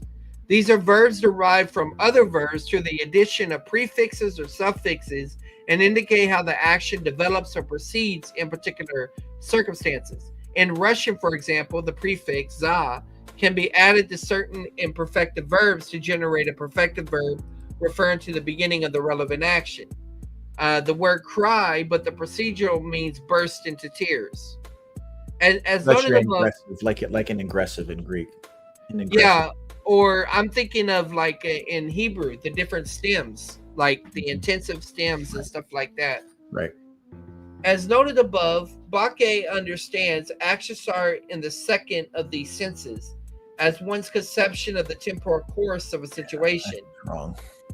In contrast to action art, he sees aspect as reflecting the speaker or writer's choice of situation focus and representing the situation, whether as a unit or a total event or something unfolding with specific attention to the internal structure of the situation. It is important to note that his objection to Comrie is not related to Comrie's understanding of aspect as a temporal concept. Indeed, he has referred to Comrie's formulation of the distinction between perfective and imperfective aspect as one of the very best, though critiquing it on the grounds that, strictly speaking, it is the locutionary agent. See, there it is, speech act. And I can't remember the terms. You have perlocutionary, illocutionary, and locutionary. But basically, it's like what is said, why is it being said, and what is the effect of what's being said. That makes sense. Yeah. So take out the trash can be said in different ways. Mm-hmm. I sure wish the trash would be taken out. There's different ways. Man, that trash is getting full. That's a hint, right? And not the aspects themselves that look at the situation from the outside. For Bacche, similar to Comrie, looking at a situation from outside, i.e. with an external situation, focus means to look at it in its entirety with all its constituent phrases viewed as a whole. Whereas looking at a situation from inside, i.e. with an internal situational focus, means to look at it as it unfolds, with special attention paid to the middle part. Yeah, but this doesn't sound much different from Porter and his parade analogy at this point. Yeah. Thus, perfective aspect presents a situation as a whole, while imperfective aspect presents a situation as unfolding or continuing over an explicit or implicit stretch of time. Yeah, I think that the right way to look at this, I think it's related to psychology and intentionality, but I think the intentionality drives or should drive the speaker or the writer to choose an aspect. And I think the aspect is best understood as the verb plus its arguments, to use that previous language. So because I have this intention, I want to present it this way, so that I keep saying aspect. So aspect is the camera angle. It's how close this proximity. How close do I get? And then action start is how do I present that? Is it repeated? Is it habitual? Is it present? Is it something that happened? I think what the way I want to paint the verb depends on a combination of the way that I choose to look at it and then how I want you as the hearer to see it. That's the way that I think should be understood. Yeah, I think it needs to be that way because literature is a work of art, and so all of those creative elements are involved.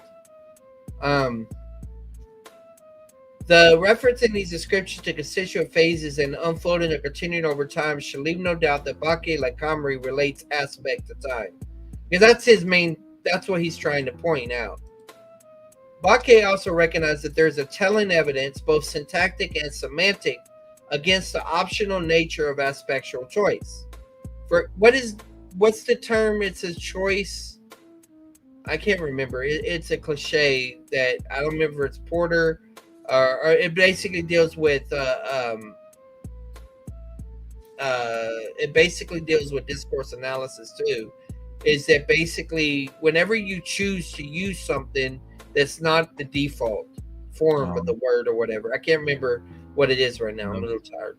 Yeah. All right.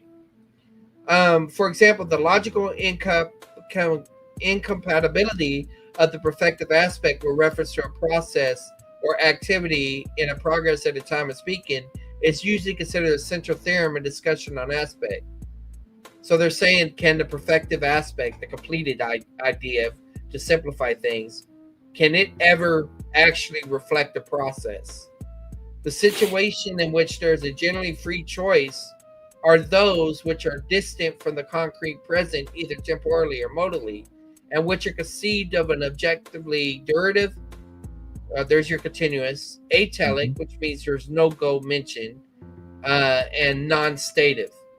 These latter three terms will be explained more in detail in section 4, but essentially the situation must be conceptualized as lasting longer than a moment, not having an inherent terminal point, and involving change. He's got some good charts. I think Krellin is the one that makes the charts in here, but this requirement for distance from the concrete present means that the situation must be placed in the past, in the future, be conceived as hypothetical, necessary, etc. Where these conditions are satisfied, this is what Bacche calls a pure aspectual opposition between perfective and imperfective aspect, and the speaker or writer has a subjective choice whether to present the situation as a unit or something unfolding. That's where you were talking about the running thing. Yeah. In all other cases, however, the choice of aspect is constrained by the action start of the situation. For example, punctual situations cannot be referred to by construction marked as truly imperfective. Okay, so he's saying right there that if it's particular, if it happens in one moment, you can't use an imperfect to describe that. I think that's what he's trying to say. Punctional verbs can be combined with imperfectivity, but such constructions invariably express repetition or refer to the period leading up to the act or event concerned.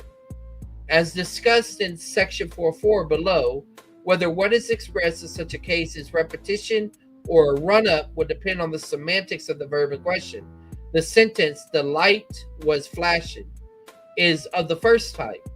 While an example of the second is Bloggs was finding his coat, which in fact relates to the period when Bloggs was looking for the coat, like you said, when I was running, and had not yet found it. The choice of aspect is likewise not a subjective one in the case of durative but telic situations. So there's your continuous. While Bakke defines as those which move towards a logical conclusion. In such cases, imperfective aspect is used to refer to the process tending towards, but not necessarily reaching its goal, whereas the perfective construction makes explicit reference to the goal. So what? Now, okay, that's interesting. So they're saying imperfective, no mention of the goal necessarily, but perfective, the goal is involved. Thus, the Russian imperfective sentence, "he was dying," speaks of the period before death, whereas the perfective, "he died," refers to death itself. Okay? Well, in 2 Timothy, if we died, that's an aorist being used there. That's a perfective aspect being used there. We will live with him. I mean, we will live with him. Since the choice between the imperfective and perfective in such cases is not a subjective one, Bakke considers it not to be purely aspectual, rather it involves Akshasart.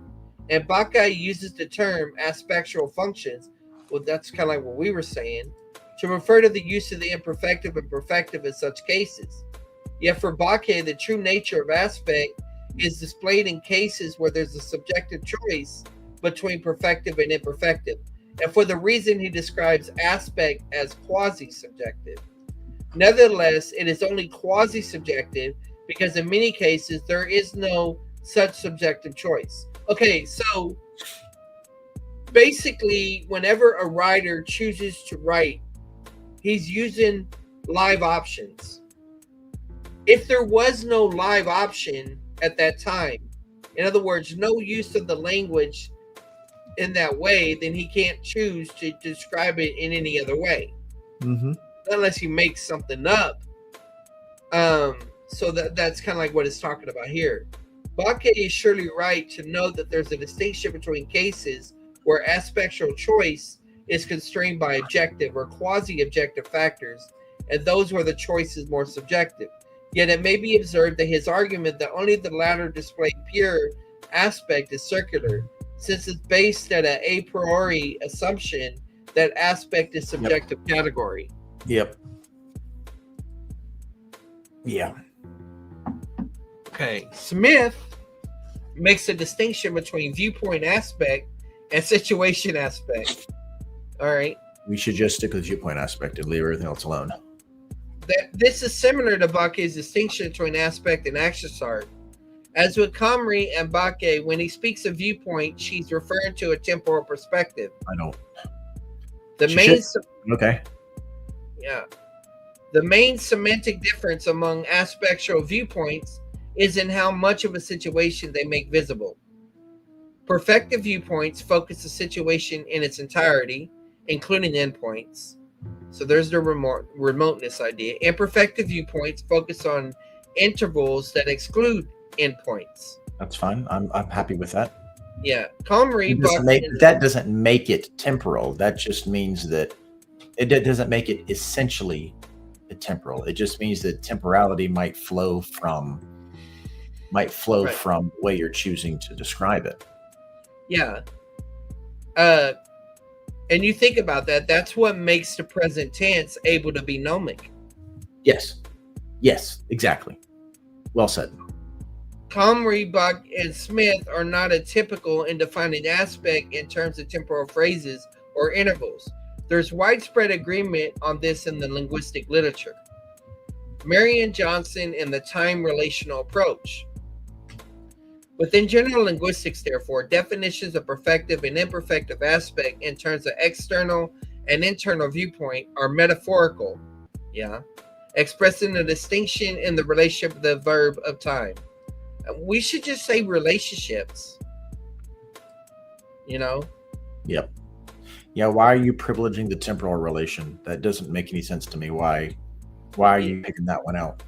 Yeah, but although such definitions are common even commonplace, they are not unproblematic. As Klein notes, situations, that is, events, actions, processes, states, do not have an inside or an outside like a house or a tomato.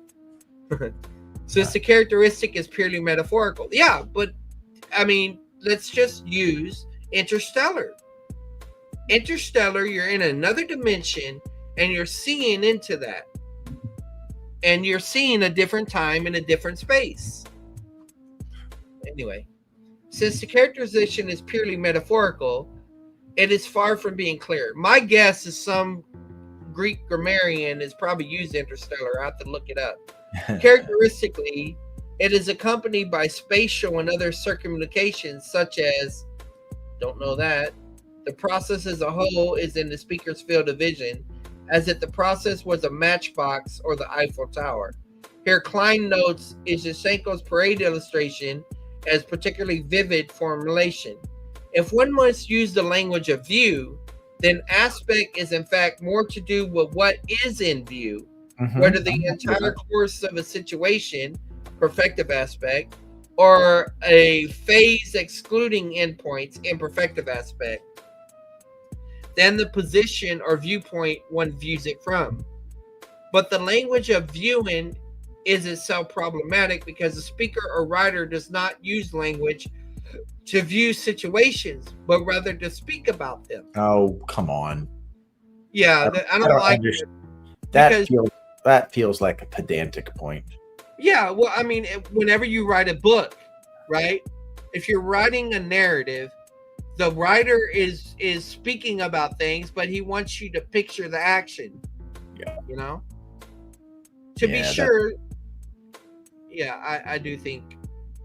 To be sure, language sometimes creates a mental picture, but that is a pragmatic effect. Okay, so a lot of times, whenever I got to bring up these categories because they're also used.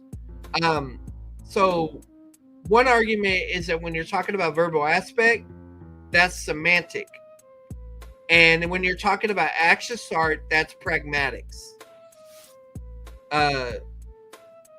So that may be where they're going here. To be sure, language sometimes creates a mental picture, but that is a pragmatic effect arising from the way it's used in context, of course. And aspectual forms can be used in abstract prose that does not create any mental picture whatsoever. Okay. As noted above, the idea of aspect as view or viewpoint seems to have arisen from an infelicitous. Felicitous is felicity, right? Or what's his name? So not true to. Yeah. Okay. From a translation of the word from the Russian. So they got the word wrong in Russian, essentially what he's saying. It would be preferable to define aspect more literally as a temporal phrase or phrases about which a speaker or writer is speaking, rather than the phrase they have in view. You're just trying to take us right back to action art. Yeah. Johnson takes just such an approach, building on Reichenbach's work on tenses and that of Bennett and Party on aspect and truth conditions. She distinguishes three categories of time which are significant in relation to the act of speaking. The speech time, S, is the time at which the act of speaking itself takes place. Okay. The event time is the time in which an event takes place. I could use this in other categories. You know, I use primary audience, the characters in a book versus the original audience. I could adapt this to some of my arguments. And there's nothing wrong with looking at temporal categories. I just have a problem with saying that aspect or action art are essentially temporal. That's just wrong. Yeah. So the event time is the time in which an event takes place, and the reference time is the time the speaker is principally referring to. Whereas tense concerns the relationship between reference time and speech time. Okay. Aspect is concerned with the relationship between reference time and event time. Let me go back to event. Why are they making aspect about time? It don't make sense. reference time, and speech time. Aspect is concerned with the relationship between reference and event time. Whoa. I'm going to have to they're going to algebraic over here. Yeah. Although Johnson uses the word event, her analysis also holds for other forms of situation, such as activities and states. Johnson defines perfective aspect, which he terms completive aspect. You didn't like perfective, so you just call it complete. Okay, Right. That's fine. I could understand this though. I might even use this because when I use the term perfective, people may not understand, but completive, they can see that. Right. Using the formula R equals E in a perfective aspect. Oh my gosh. In other words, perfective complete aspect is used when speaking of the whole of the situation expressed by the verb, whereas imperfective aspect is used when there's some part of the event time that is after the reference time, i.e. when the endpoint is excluded from the reference time. Okay. Although Johnson's understanding of the distinction is similar to those discussed above, her approach has the advantage that it avoids defining aspect in metaphorical terms, and instead offers a precise definition which clarifies both the temporal nature of aspect and its distinction from tense on the one hand and action start, however defined, on the other. Okay. A further attraction of Johnson's approach over Comrie's is that whereas Comrie's definition refers only to internal temporal structure, Johnson allows for reference to times before and after the situation itself. This enables her to offer a straightforward explanation of perfect aspect, which is not easily accommodated with Comrie's system. Perfect aspect, also known as anterior or retrospective aspect, and not to be confused with perfective, is used when E is less than R. That is when the whole of the event time precedes the reference. Okay, I could see maybe how some of this could be useful, like the greater than, less than, equal. I could see how that could be helpful. Far as describing some of this, when the whole of the In some cases, I think it is useful. The problem is generalizing it to aspect as such. Yeah. Johnson illustrates the various aspects diagrammatically as follows, with the brackets indicating the event time E. Okay, I've seen this before. So R, we got to remember what R is. Reference equals event for completed aspect. So it's referring to the event as a whole without going into the range of the reference for the imperfect. Okay, hold on. Range of R for imperfect. Okay, so the imperfective can refer to any time in here. That's what they're saying. The range of the R for the perfect aspect can refer to anything that's here. I don't know. I need better clarification on this. But I have seen that chart around. So the best I can imagine, and I'm not saying this is right, I'm trying to interpret it, is let's use English sentences. I studied, I was studying, I have studied. So imperfective would clearly be I was studying. Well, you're inside that. I am studying. You're inside of the process. I have studied puts you, the reference is looking at a completed action and you're outside of that completed action. That's kind of the way that I think they're trying to. So you're looking back on something that was completed. Okay. It's a relation. Yeah. I am related to that completed act in some way, that I'm implying something about me as a result of that act. But again, to me, that's not about temporality. That's about relation. Yeah. Well, that's a good point, because they're basically saying temporal relation is everything. And there's other relationships present. Just wrong. All right. Figure 2, aspect in Johnson's unified temporal theory. The application of this sort of approach has promise for the analysis of New Testament Greek and may help to resolve some of the outstanding problems. Klein terms such approach time relational. So she's the one he's following, basically. Mhm. His own approach is similar to Johnson's and has been fruitfully applied by Krellin in his analysis of the perfect in Koine Greek. All right.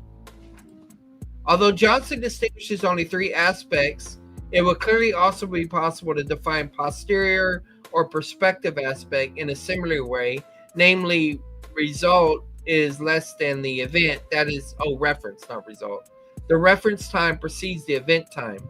This offers a satisfying explanation of the aspect of the future tense in the non-indicative moods of the New Testament Greek. For example, okay, but seeing the one concerning him coming said, Lord, if Panta Axomen, I don't know that, Sorry, and Makare. I don't know. Okay, so I was trying to read. I read the first part, but when Jesus' followers saw, okay, there's the participle, what was going to happen. So this participle is what they're talking about right here.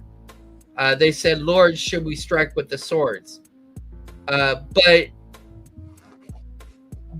is out of you some of you whom do not believe? And for he saw from the begin, or knew from the beginning, for Jesus knew from the beginning, some are of those who did not believe, and who is of those that will betray him. Okay. But there are some of you who do not believe. For Jesus knew from the beginning who those were who did not believe, and who it was who would betray him. Would betray. Why did it say did betray? Okay. Definition of aspect in recent New Testament studies. New Testament scholarship since Porter and Fannin has generally adopted a viewpoint approach to aspect, but in contrast to the linguists mentioned above, has tended to downplay or deny the temporal nature of aspect. Good. This section will briefly survey the definitions of aspect, perfectivity, and imperfectivity offered by four New Testament scholars, namely Mateos, Porter, Fannin, and Campbell. Mateos' 1979 monograph, El Aspecto Verbal en el Nuevo Testamento, was the first book link. I sound so white when I read that. Was the first book length treatment of aspect in New Testament Greek, predating those of Porter and Fannin, and adopts a more clearly time-based approach than sequential treatments. Most works sequential to Porter and Fannin largely follow their definitions. So he's taking it back and saying this guy took a time-based approach before them. Definitions and particularly Porter's, and will not be considered separately here.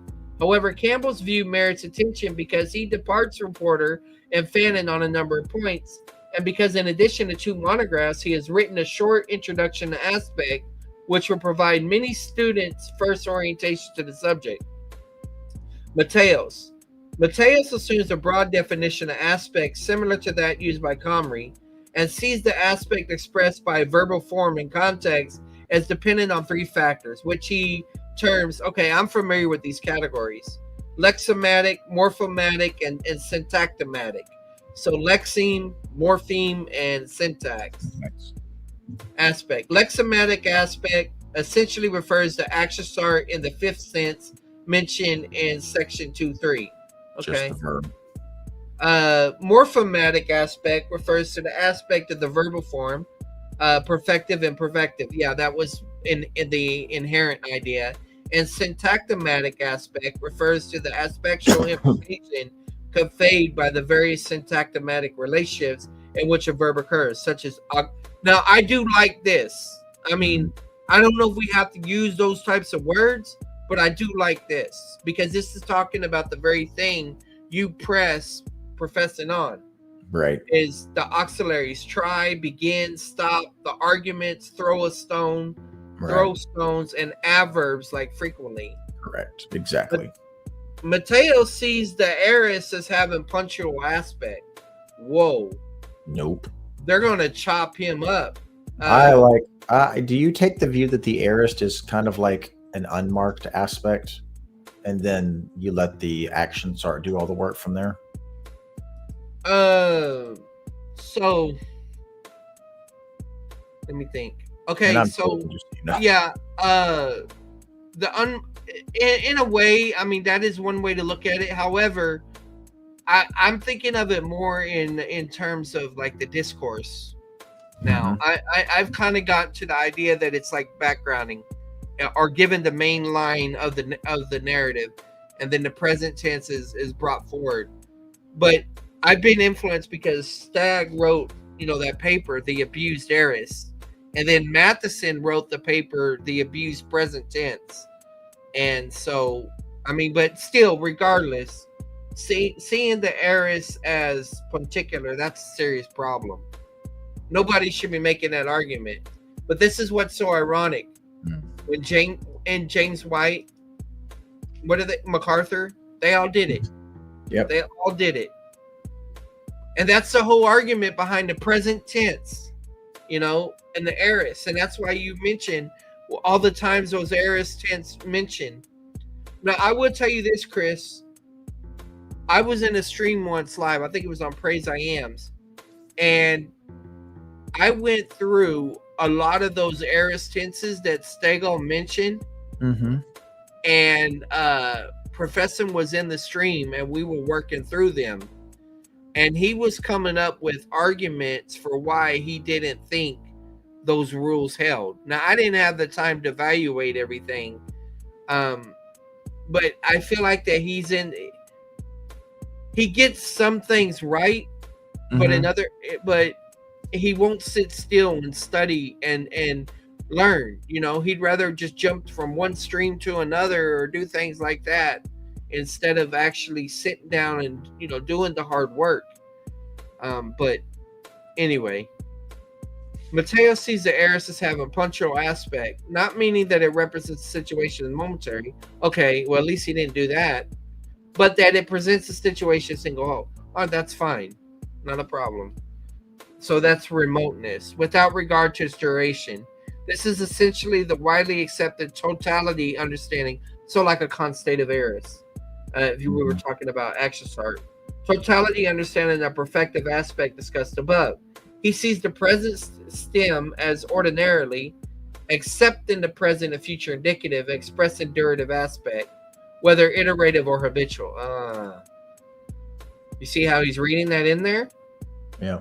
The present tense ordinarily has a durative, whether iterative or habitual. But although durativity is, I got to look at the footnote. Oh, let's just say ibid. But although durativity is necessarily implied by imperfective aspect, as noted above, scholars now tend to see the defining feature of imperfective aspect as the lack of reference to endpoints, rather than durativity per se. Yeah, right. You can't see a present tense and say you got to endure to the end. How can you do that? There is no endpoint in the imperfective idea.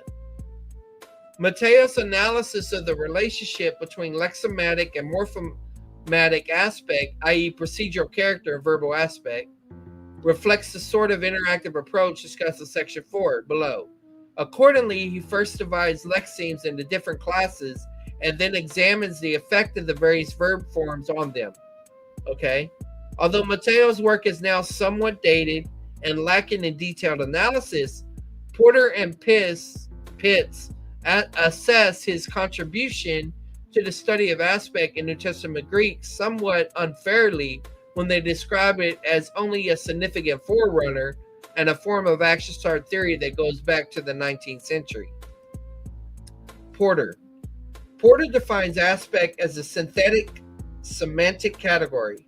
So this is where we're dealing with semantics versus pragmatics.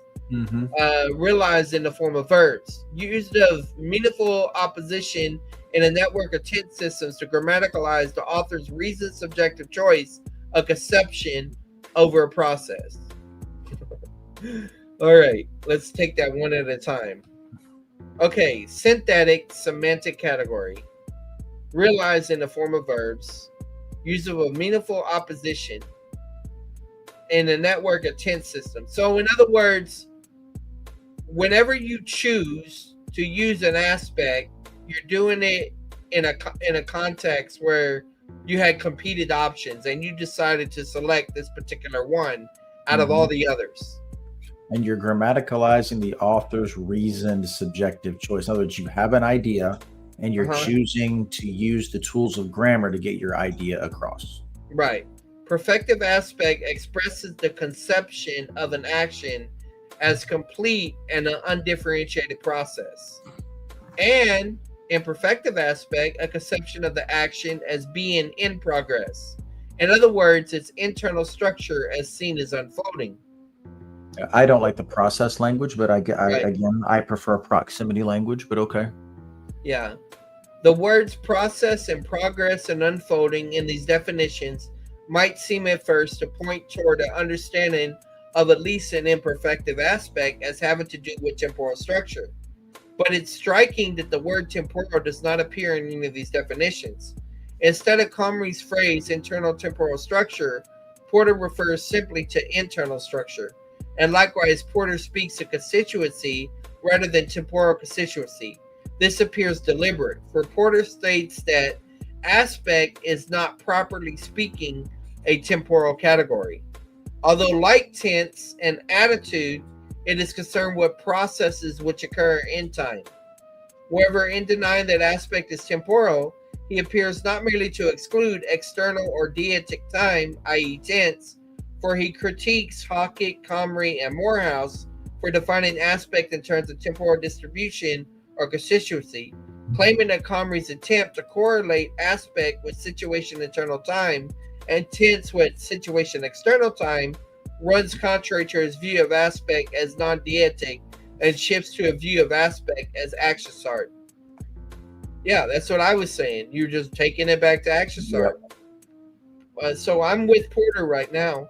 Porter's rejection of a temporal understanding of aspect is also reflected in the reconfiguration of Izetchenko's parade illustration noted above. Whereas Izetchenko's perfective aspect takes in the whole event over the course of time, Porter's perfective aspect views it all at once in an immediacy. And whereas Izetchenko's imperfective aspect never views the beginning or event of the parade, Porter's imperfective aspect simply does not see it at a particular moment in time. Porter's understanding of viewpoint thus leaves out the idea of temporal development, which it was argued is implicit in Izetchenko's approach. So just if I was Porter, I'd be like, okay, I stole the illustration and tweaked it. What's your point? Right. Porter also rejects the idea that the choice of aspect is affected by the lexical semantics of the verb or by the objective temporal constituency of a situation, an issue to which we will return in section 4. Whereas Izetchenko, Forsyth, Comrie, Bakke, and others agree that the choice of aspect is not always a subjective choice. The element of subjectivity is intrinsic in Porter's definition, and he considers that there's no necessary correlation between aspect form and objective action. Fanning. I would agree. Fanning defines aspect as the category in the grammar of the verb which reflects the focus or viewpoint of the speaker in regard to the action or condition what the verb describes. So Fanning and Con Campbell both use a viewpoint here. It shows the perspective from which the occurrence is regarded or the portrayal of the occurrence itself apart from the actual or perceived nature of the situation itself.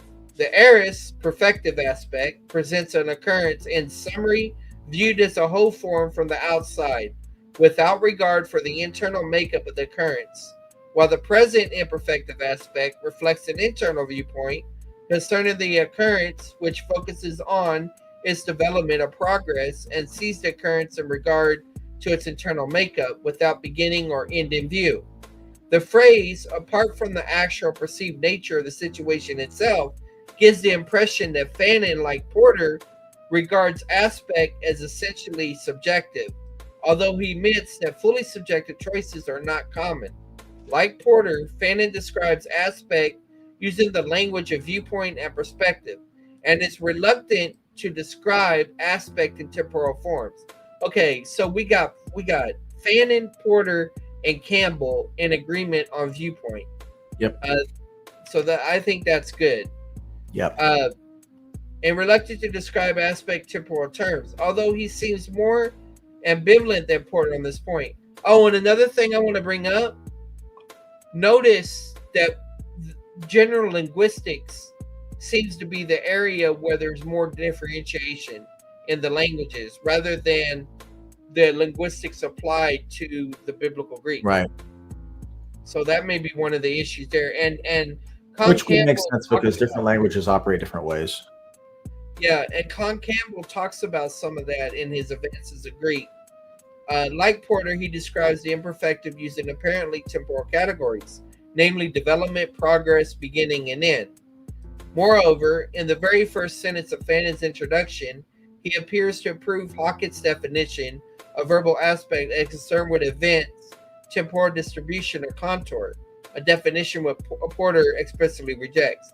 Yeah, but Fanning doesn't have a problem with time in the indicative mood. Porter says it's not in the indicative mood.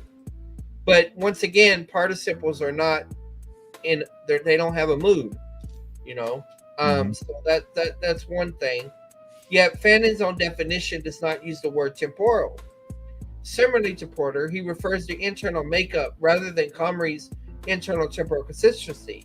And although Fannin recognizes that temporal meanings such as duration, progression, and completion can be produced as a secondary function of aspect when combined with other elements like the verb's inherent meaning, adverbs, and so forth, right, it is not allowed that this is a consequence of aspect itself being a temporal concept. Yeah, he's correct.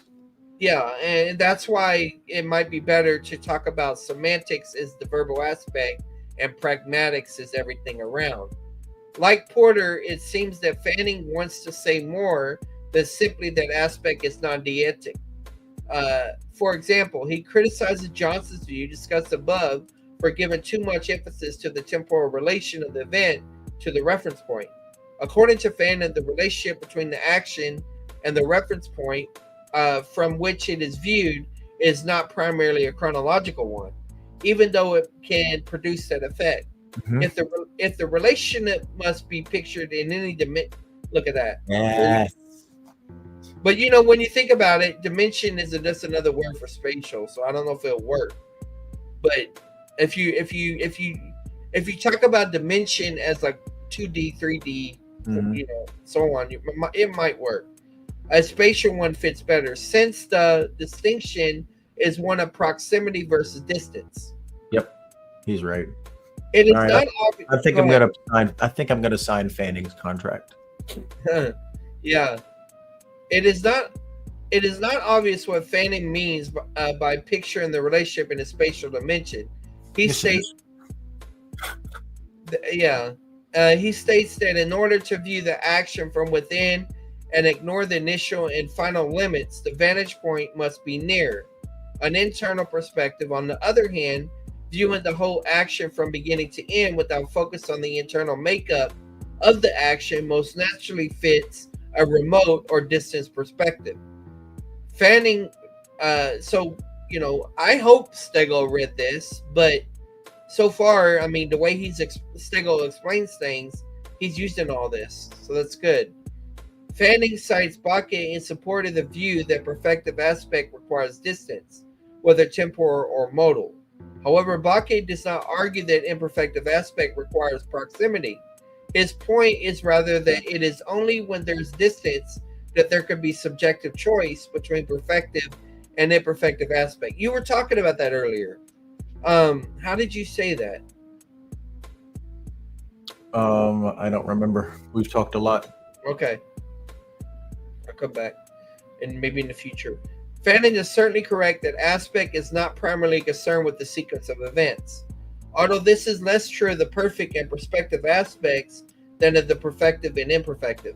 However, he is mistaken in supposing that it must therefore be to do with space, whether literal or metaphorical. The question is which phase or phases of the situation the speaker or writer is speaking about, not from how far away the situation is being presented. Why is that the question? I mean, I appreciate the assertion, but why? Yeah. In a footnote, Fanon cites several linguists who he claims advocate or at least entertain a spatial approach. However, in each case, this appears to reflect a misunderstanding of their position. Winfer understands aspect temporally, but adopts a spatial model as a mean of plotting distinctions in tense, aspect, and mood, given that a third of Persian forms, participate in two different categories each, either in two tenses and or two moods and or two past, sort of like Hebrew, I guess is what he's saying. Anderson also clearly sees aspect as temporal, being concerned with the relation of event or state to a particular reference point. It is located before, retrospective, after, prospective, around, progressive, or simply aorist a particular point in time. These temporal relations being expressed in spatial language. Similarly, Harweg does not consider that aspect could be concerned with spatial rather than temporal relations, only that applying a notion of perspective to aspect involves picturing time in terms of space. Now we get to Campbell. Similarly to Porter and Fanning, Campbell sees aspect as a matter of viewpoint. So everybody agrees with his viewpoint. Yeah. Defining it as the manner in which verbs are used to view an action or state. An author speaker will portray an event either from the inside, as though it's seen as unfolding, or from the outside, as though it's seen as whole. Campbell approves Porter's understanding of imperfective aspect as conceiving of an action as being in progress and its internal structure is unfolding, as well as Fanon's understanding of imperfective aspect. It focuses on occurrence developed or progress without beginning or end of view. As noted above, the word progress, unfolding, development, beginning, and end suggests temporality. They don't. No, right. Because you could talk about logical progressions, you know. Yep. Yet Campbell is even more emphatic than Porter and Fanning that aspect is not a temporal concept, whether deictic or non-deictic. He comments, it is unfortunate that aspect is occasionally defined in terms of temporal relations rather than simply... Hang on, go back one sentence. This I questioned this guy because he just said that Campbell's own language suggests temporality, even as Campbell himself considers the question and says no. So he thinks he understands Campbell's position better than Campbell. I'm always worried about that. But he also just critiqued Fanning a few pages back for misunderstanding these other scholars. Why should I think that he's right and Fanning misunderstood those scholars if he can't even get Campbell right? Right, and you know, I'm going to look and see what Fanning said about this particular chapter. That's what, whenever I read Advances in Greek, I went to all the different blogs of Porter, of Campbell, of and you know, read all their stuff. Yeah. He comments, it is unfortunate that aspect is occasionally defined in terms of temporal relations rather than simply viewpoint, and even critiques the idea that imperfective aspect views action as being in progress, stating that imperfective aspect views an action internally, but that action need not necessarily be in progress. Yep, that's right. According to Campbell, such a notion has to do with how the action occurs objectively and thus belongs to the realm of action start. Elsewhere, Campbell comments, I prefer, as I told you, the linguistic presentation, but sure, go ahead. Elsewhere, Campbell comments, while there is a tendency in some quarters to describe this internal viewpoint in terms of internal temporal relations, imperfective aspect is here understood apart from reference to temporal considerations. Comrie's now standard definition of imperfective aspect as the internal temporal structure of a situation is not adopted here. Well, why should it be? So he's saying Comrie's standard definition, which my understanding is general linguistics, is not adapted here, as the reference to temporality is potentially misleading, especially as we distinguish aspect from tense. Campbell's reference to some quarters rather misleadingly implies that a temporal view of aspect is a minority view rather than the norm among linguists. Okay, so here's what's going on. You got the general linguists taking a particular position, and then you got the ones focusing on Greek taking another position. That's what it looks like. I might have missed a few people, but no, I think you're right, and I don't think that this particular author, whoever we're reading, is being very charitable in his reading of the scholars he's critiquing. Yeah. Well, here's the thing. This is the second chapter of the book, and so the other chapters may engage with him, heavily. He concedes that Comrie's approach has its own logic, but states that it was more useful to avoid temporal descriptions of aspect altogether. Rather, aspect is here regarded as a spatial phenomenon. Campbell cites Fanning in support of this view, but goes far beyond Fanning in the emphasis he placed on aspect being spatial. As with Fanning, it is not clear quite what Campbell means by describing aspect as spatial. Yes, it is. But following Porter's adaptation of his Janko's parade analogy, he sees perfective aspect as offering a helicopter view of the action, so that exactly how the parade is unfolding is not seen. I like your camera analogy. I think that's even better. Yeah. Surprisingly, he takes this to mean that the aorist is not normally used for presenting the details of a narrative, presumably because he rejects the idea that it's internal temporal consistency that is not seen by the perfective. Observations. A full examination of the aspectual theories of these New Testament scholars cannot be undertaken here. However, this brief summary of their definitions is sufficient to highlight the fact that Porter, Fannin, and Campbell each depart, though to varying degrees, from the consensus in general linguistics that aspect is at a root a temporal concept. General linguistics. Okay?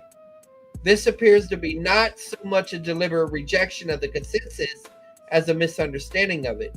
For each of these three criticizes the temporal definitions of certain linguists without acknowledging that a temporal understanding is the norm. Okay, well, if it's a norm, they're wrong. How about that? Wherever Porter, Fannin, and Campbell each cite linguists such as Izashenko, Comrie, Bach, and Smith in support of a viewpoint definition, but without attention to the way these linguists actually use the metaphor. Okay. The problems with the metaphor itself, noted in section 2.4, seem partly to blame for the misunderstanding. But honestly, I don't care about how the metaphor was misunderstood. I care about how the metaphor is used to describe what we understand about the Greek now. Yep.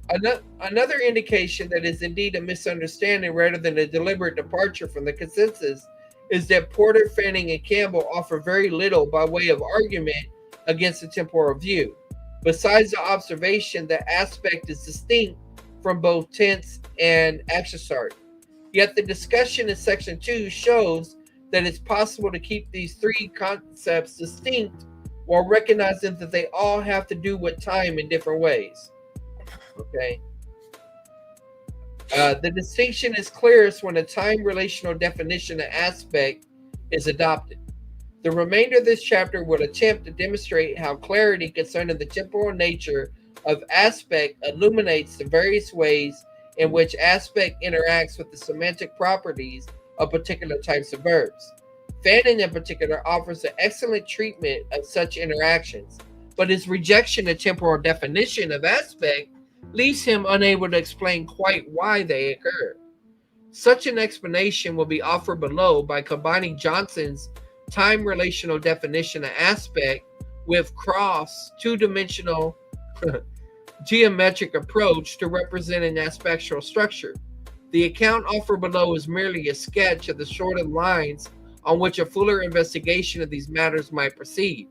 As Evans has noted, much more work in this area is needed. The fact that it's been received so little attention in the last 25 years is no doubt partly a result of Porter's dismissal of such analysis as concerned not with aspect but with accessory and consequently outmoded. But as Fanon himself has noted, many other writers on aspect in general linguistics and semantics have given attention to such matters and have included them as a central part of their discussion of aspect. A full treatment of aspect in New Testament Greek, which professes to be rooted in linguistic theory, should hardly ignore or bypass such discussions. So yeah, he's mainly saying, look, you need to listen to general linguistics, because we're the view that's the majority, and y'all Greek scholars, y'all are wrong. This continues to be the case. We shall return to this in the conclusion, but it's worth noting here that Fanon's treatment of aspect has much more in common with the sort of approach found within aspect studies in general linguistics than do those of Porter and Campbell. Okay, so he's trying to get Fanon on his side. Verbal aspect and procedural character. I have to check out at this point. So go ahead. How you wanna? Yeah, I'll continue. Just Chris, maybe I'm going to continue walking through this chapter. But thank you. Hopefully people gets a taste of what we have to do, you know? Yeah, my pleasure. I'll just offer one very, very, very high level, disrelated philosophical analysis really quick. I'm cringing at the time comment so much because I'm an Aristotelian. I think that the technical language is time is the numbering of motion before and after.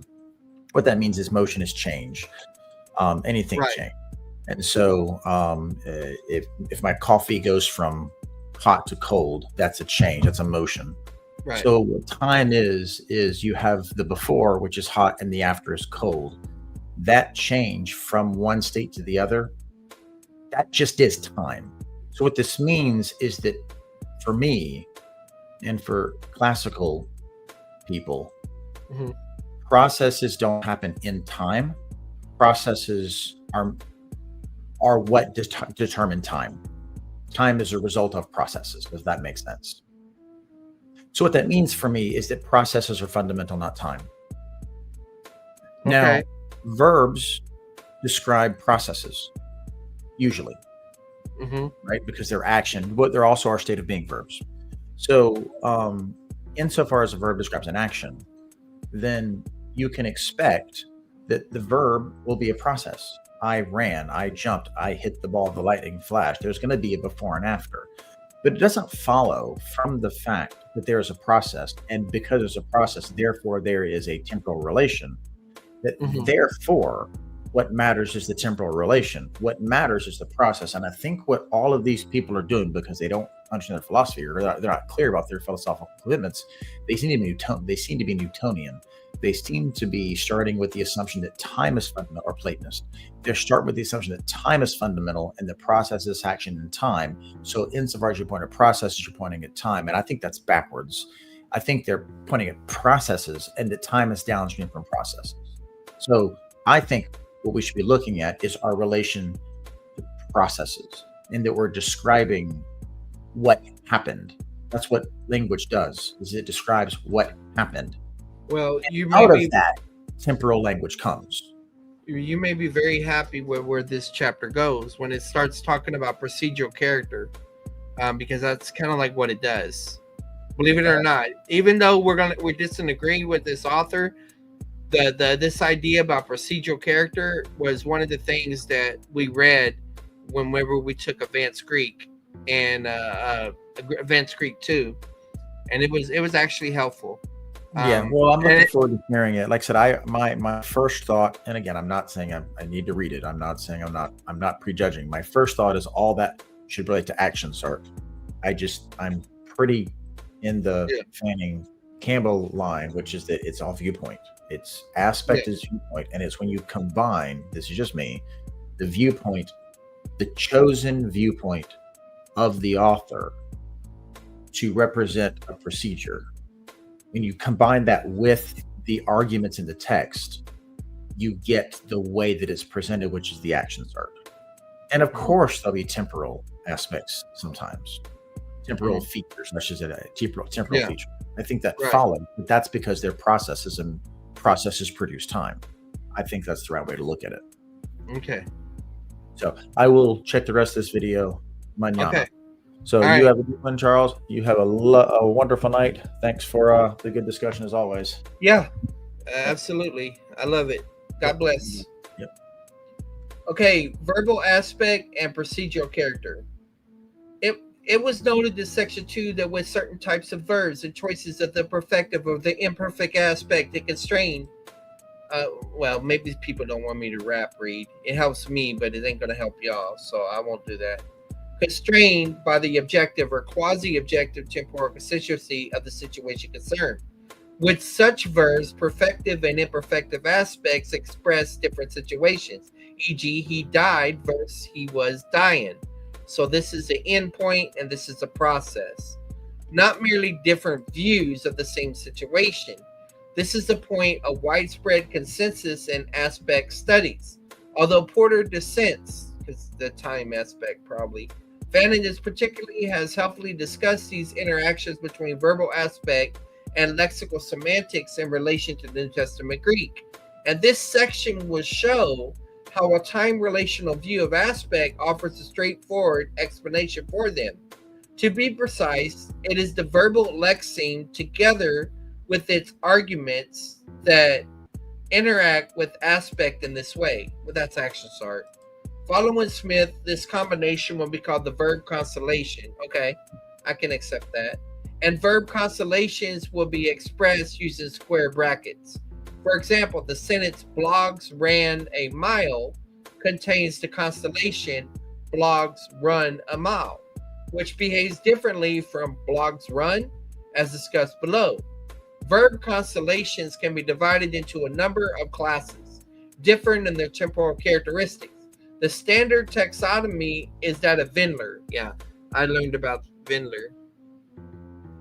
All right, Johnny's trying to break out the Greek, and I got to take my glasses off to read it because, oh my gosh, my eyesight. I just got a new pair of glasses, and now that's all blurry. I can't even see it. Hold on. My brothers in Cristo. Basically, you're saying, and greetings to my brothers in Christ. I think that's what you're saying. Hey, what's up, Johnny? Wendler, who distinguished 4 classes, namely states, activities, accomplishments, and achievements. Okay, guys, we're running it through the chart. Here they come. States, activities, accomplishments, and achievements. These differ with respect to the properties of stativity, durativity, and telicity, or boundness. A telic situation, telic is like a goal, situation being one with an inherent terminal point. As noted above, a wide range of different umbrella terms have been used to refer to these classes and their semantic characteristics. So let me get out of full screen. All right. Yeah, this was really good. Whenever I remember learning this in advanced Greek. As noted above, a wide range of different umbrella terms have been used to refer to these classes and their semantic characteristics. But the term procedural class and procedural character are adopted here. Table 1 indicates the characteristics of each class together with English examples, omitting subjects since Wendler did not include these in his analysis. Okay, so when you have a state, okay, guys, a state, that means it has a stativity, okay? A state also has a durativity, but it has no goal, no completion, okay? So the example is when you love somebody. That means you're in the state of loving them, right? And it's durative, continuous, or if you believe something. In other words, you believe something until you don't believe it, okay? And actually what's interesting is when you believe something, you never really stop believing. You just change what you believe. So you believe something, and then once you're convinced of something else, you believe something else. But you got the stativity, the durativity, okay, for the state, but no telicity. But when you got an activity, you don't have stativity, but you do have durativity, okay? But you don't have a goal mentioned. So that's like if you run, there's no goal. Or if you push a cart, there's no goal, okay? So there's that. Then you have an accomplishment.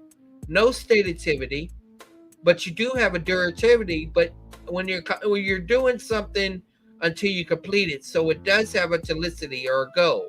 For example, when you run a mile or you draw a circle, okay? When you have an achievement, there is no stated, all right? There is no durative because it's already completed and the focus is on the goal.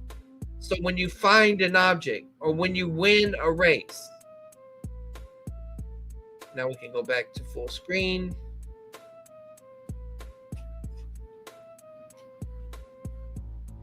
Before turning to a discussion of these classes and their interaction with verbal aspect, 3 caveats should be noted. First, these classes are action certain, and the 4th and 6th senses distinguished in section 2.3 above. So yeah, that was the idea that it's let me see if I can remember them. One claim of action cert was the subjective. The second one was quasi-objective. The third one was like Wallace's are kind of like how he viewed action cert, where it dealt with lemma, verbal aspect, and context. The 4th form, which what this one is talking about, was talking about they used a argument or verb constellation is the language it used here, but it's at the clausal level. And the 5th one was limited to verb only. So they're going with the 4th level here. Hey, Centurion. Thanks. Thus, they do not classify state of affairs objectively existing in the real world, or conceptions of states of affairs, but sets of temporal characteristics communicated by the verb constellation. In Smith's word, they are semantic categories of language, classes of idealized situations with distinctive temporal features. All right, so okay. Someone who's drawing a circle is an accomplishment, is also drawing an activity. But yeah, because you're telling them what you're doing. So the sentence blogs is drawing, there's no goal there, right? And blogs is drawing a circle could be used to speak of the same real world event. But the latter expresses the idea of an inherent endpoint, right? Because the circle, makes an endpoint. Let me get a heartburn pill real quick.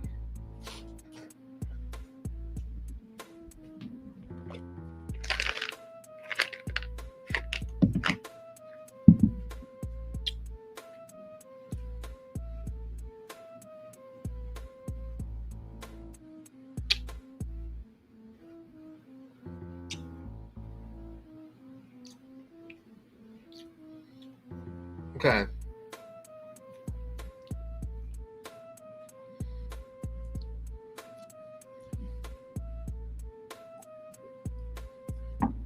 All right. Nevertheless, there is clearly a correspondence between these verb constellations and the situation they express. A second caveat is that although the 4 classes noted above are the ones most commonly identified, further distinctions and subdivisions are possible, some of which are noted below. The distinction between preface and non-preface achievements is particularly significant. As discussed in section 4.3, Croft offers a useful method of representing the various possibilities in a 2-dimensional graphical format, and his diagrams have been adopted here with slight modification. That's the charts I was talking about. In section 4.4, this graphical approach will be used to illustrate the predictable interaction of procedural character with verbal aspect. Third, much more work is needed on the relevant semantic properties of Greek verbs.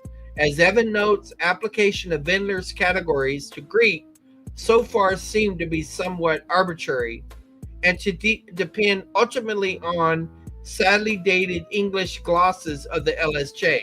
So Little L. Scott Jones. More work on these issues is vitally needed before the relationship between inherent lexical meaning and aspectual choice can be fully explored.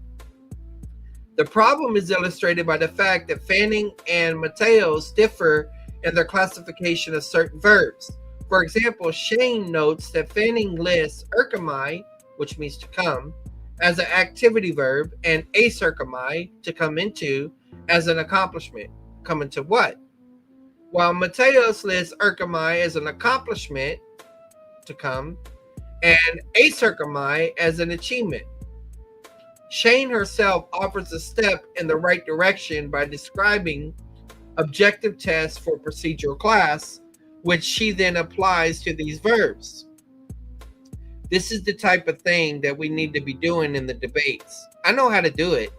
I just haven't had a chance to do it yet that I remember. I'm trying to think, did I ever bring this up in any of my debates? I might have shown some pictures or some charts, but I didn't get a chance to unfold it. But anyway, that's more to come. This type of analysis has not been carried out for the verbs used in the examples below, so their classification here is tentative and provisional. However, verbs have been chosen that Fannin and Mateos assigned to the same class in order to increase the likelihood of a correct classification. English examples will be offered, and for present purposes, it may be assumed that the contrast between simple and progressive aspect in English, at least in the past tense with dynamic verbs, roughly corresponds to the perfective and imperfective contrast discussed above.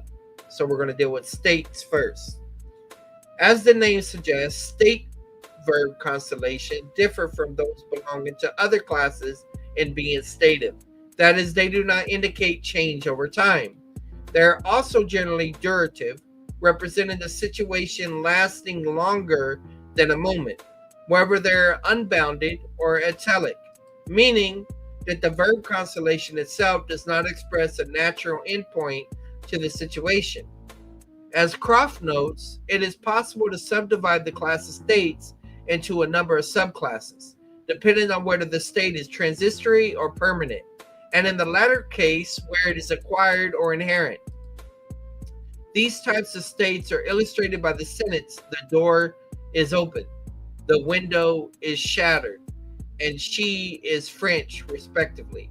To take just one of these types by way of example, the state expressed by the verb constellation, the door is open, can be represented in figure 3, along with time along the x-axis, a state on the y.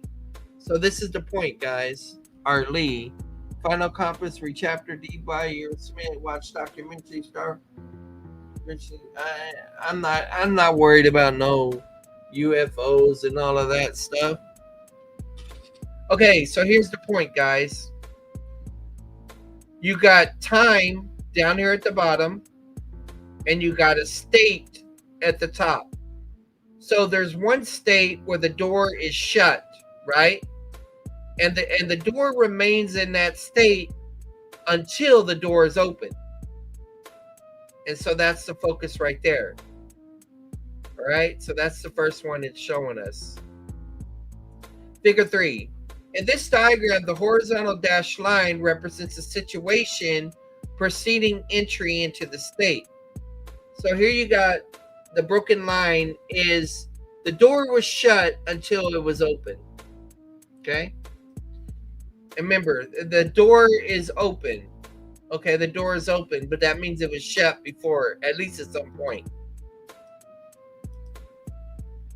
All right? The vertical dashed line represents entry into the state, i.e. the opening of the door. The solid line represents the situation after the door has been opened, i.e. the state of openness. In cognitive linguistic terms, it is this latter state which is profiled by be open in the verb constellation, the door be open. Well, that sounds very ebonic. Ironically, while the phrases represented by the dashed lines, and I know people don't like the term ebonic because it's anyway, but I just used it. People get over it. While the phrase represented by the dashed lines are part of the presupposed semantic frame of conceptual knowledge associated with open doors, the solid line is horizontal to represent the fact that there's no change of state during the profiled phase. The verb constellation, we the disciples believe that, seem to be used, I was translating the Greek, in a stated sense in the following sentence. Okay, look at this. We, the disciples, believe, but this believe is an infinitive. So I think pisteuin, yeah, that's an infinitive form. We, the disciples, believe that. No, hold on. Let me think about that. Oase amenete usi. Yeah, that is an infinitive form. So where are they getting the verb? They're adding that in. Or maybe because they're doing a constellation, they're doing it differently. Or maybe I'm just so rusty on parsing. Give me a second, guys.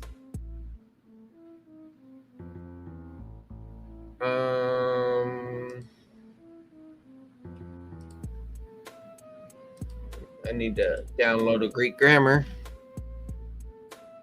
Let's just go UBS 5.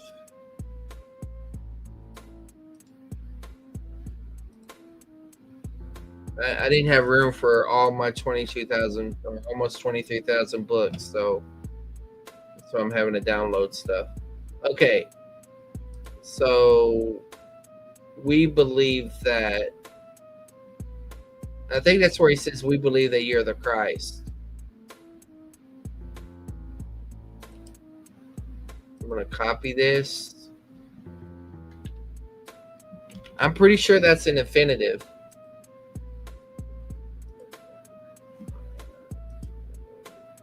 All right. Present active infinitive. So does that mean that this is not a real sentence? We, the disciples, because you wouldn't take an infinitive like this to believe. I think the idea would be something like this: we, the disciples, have come to believe. You would, through ellipsis, you would include another verb.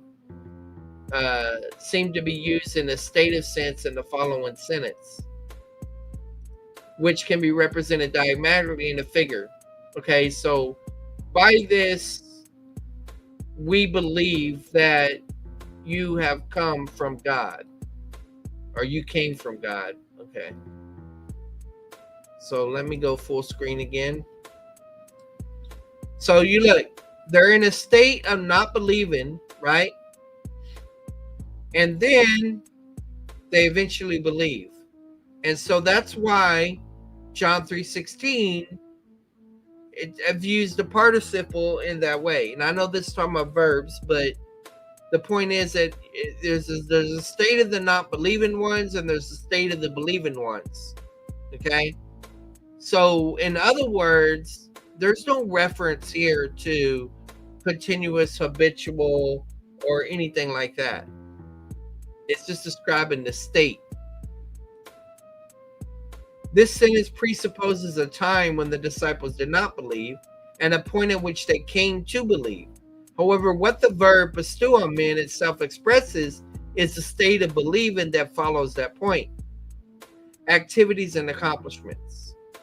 Activities such as blogs run are non-stative, but shared with states the properties of being durative and italic. One cannot run for just a moment.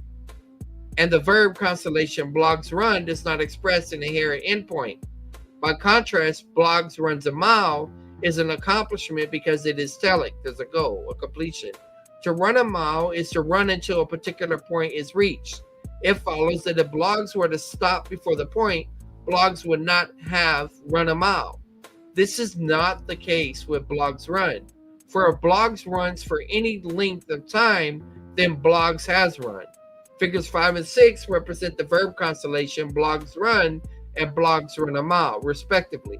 As in figures 3 and 4, the solid lines in the diagram represent the situations profiled by the relevant verb constellations. In figure 5 and 6, these lines slope because both situations involve a change of state. Running is a dynamic activity, but in figure 5, blogs run, the change does not involve progress toward a goal, only a repeated pattern of movements represented by a zigzag line, whereas in figure 6, blog runs a mile, there's progress toward a goal represented by a line sloping steadily upward towards the finished state. Okay, so we're going to see how this is. Yeah, but the thing is about Logos is you buy packages, and you get free books and all that stuff. Yeah, Chris won, of course, the debate. Okay, so here we go, guys. You got time, you got state. So you're in a state of resting, and then you do an activity. Okay, it's up and down for a reason. What did he say about the zigzag? It's a repeated pattern of movements. Okay.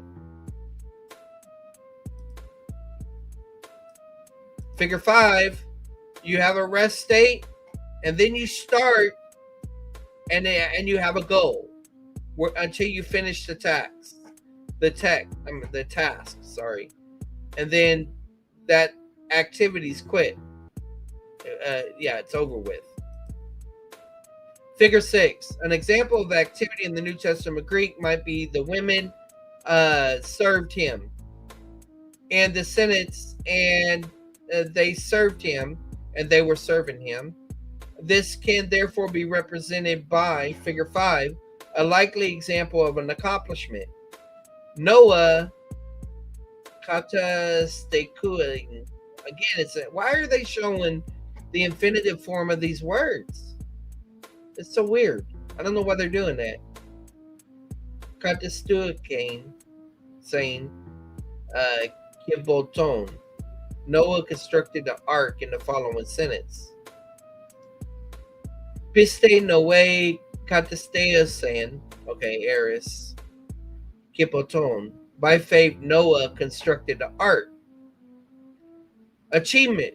Achievements such as the door is open or the light flash share with accomplishments the property of telicity, in other words, a goal.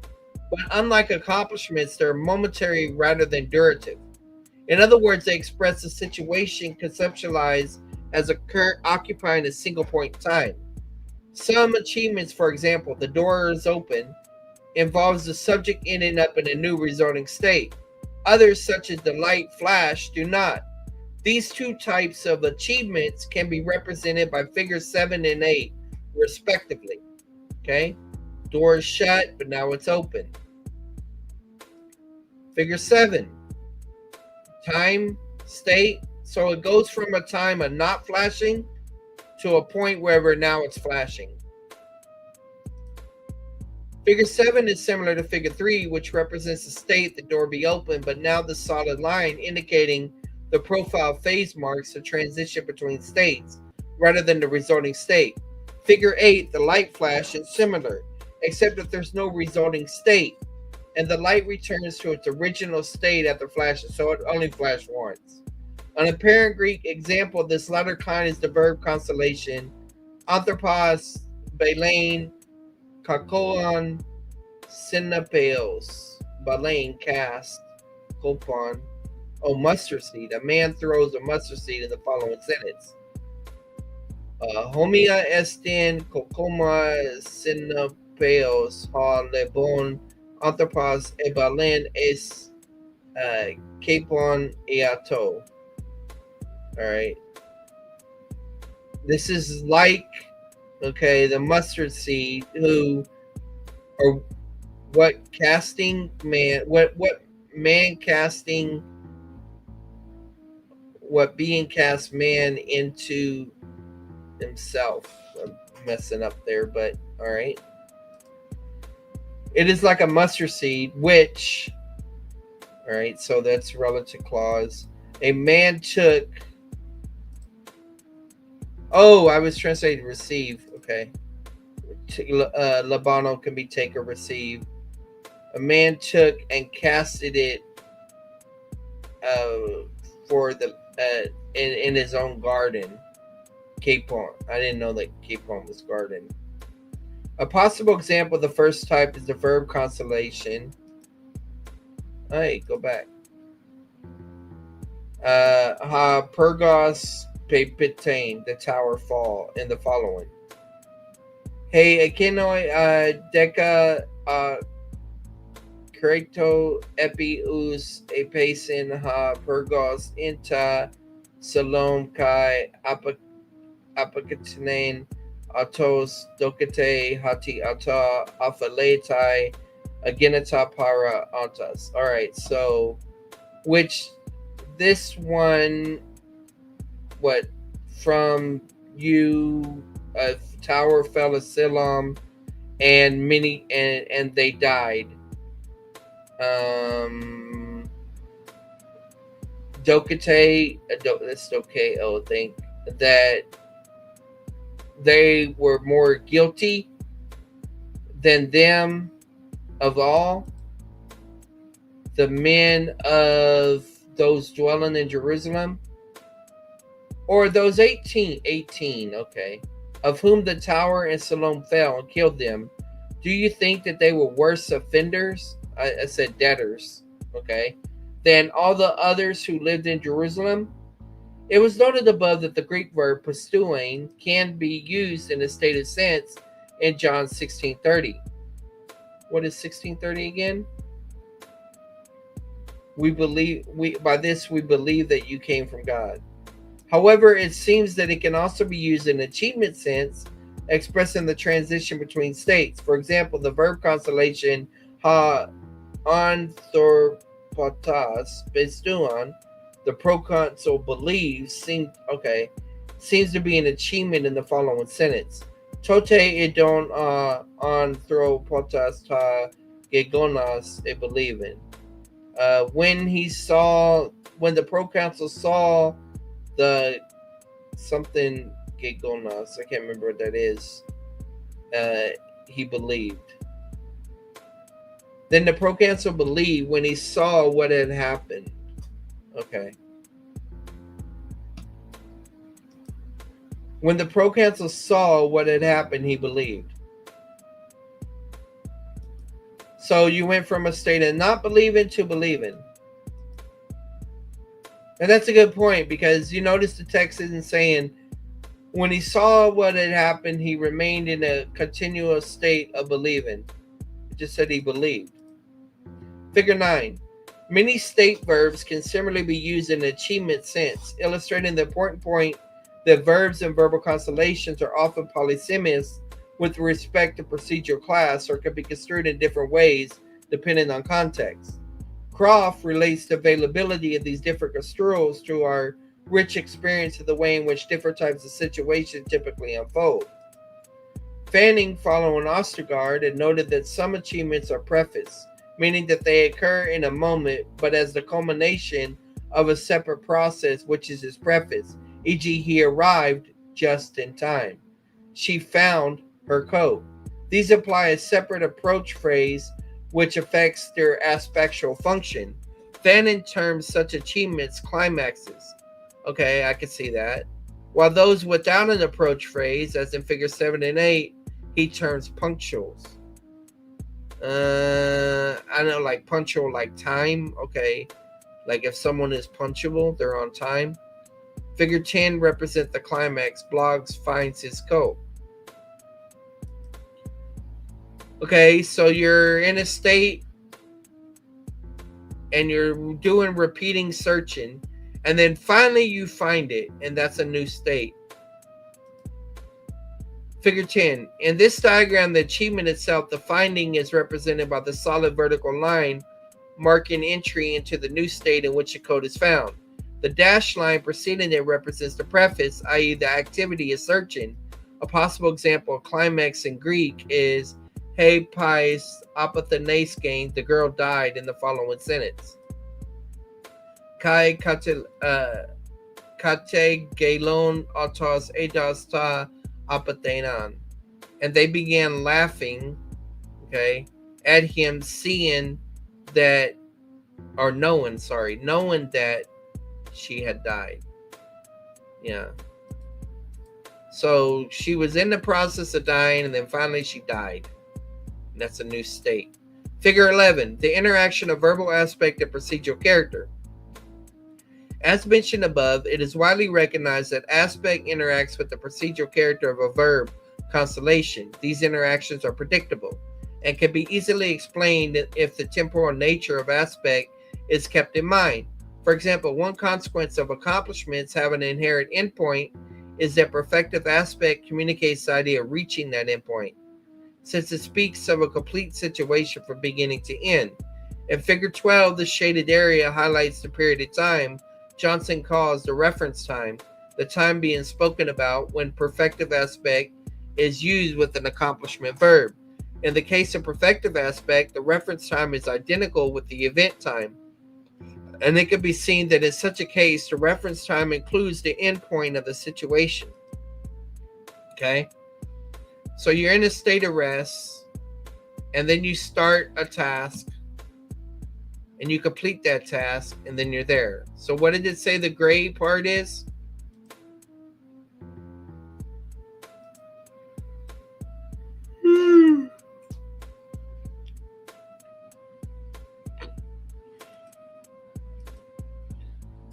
Figure 12, assuming that the Greek aorist is perfected rather than aspectually neutral, Figure 12 could represent a sentence such as Noah built the ark.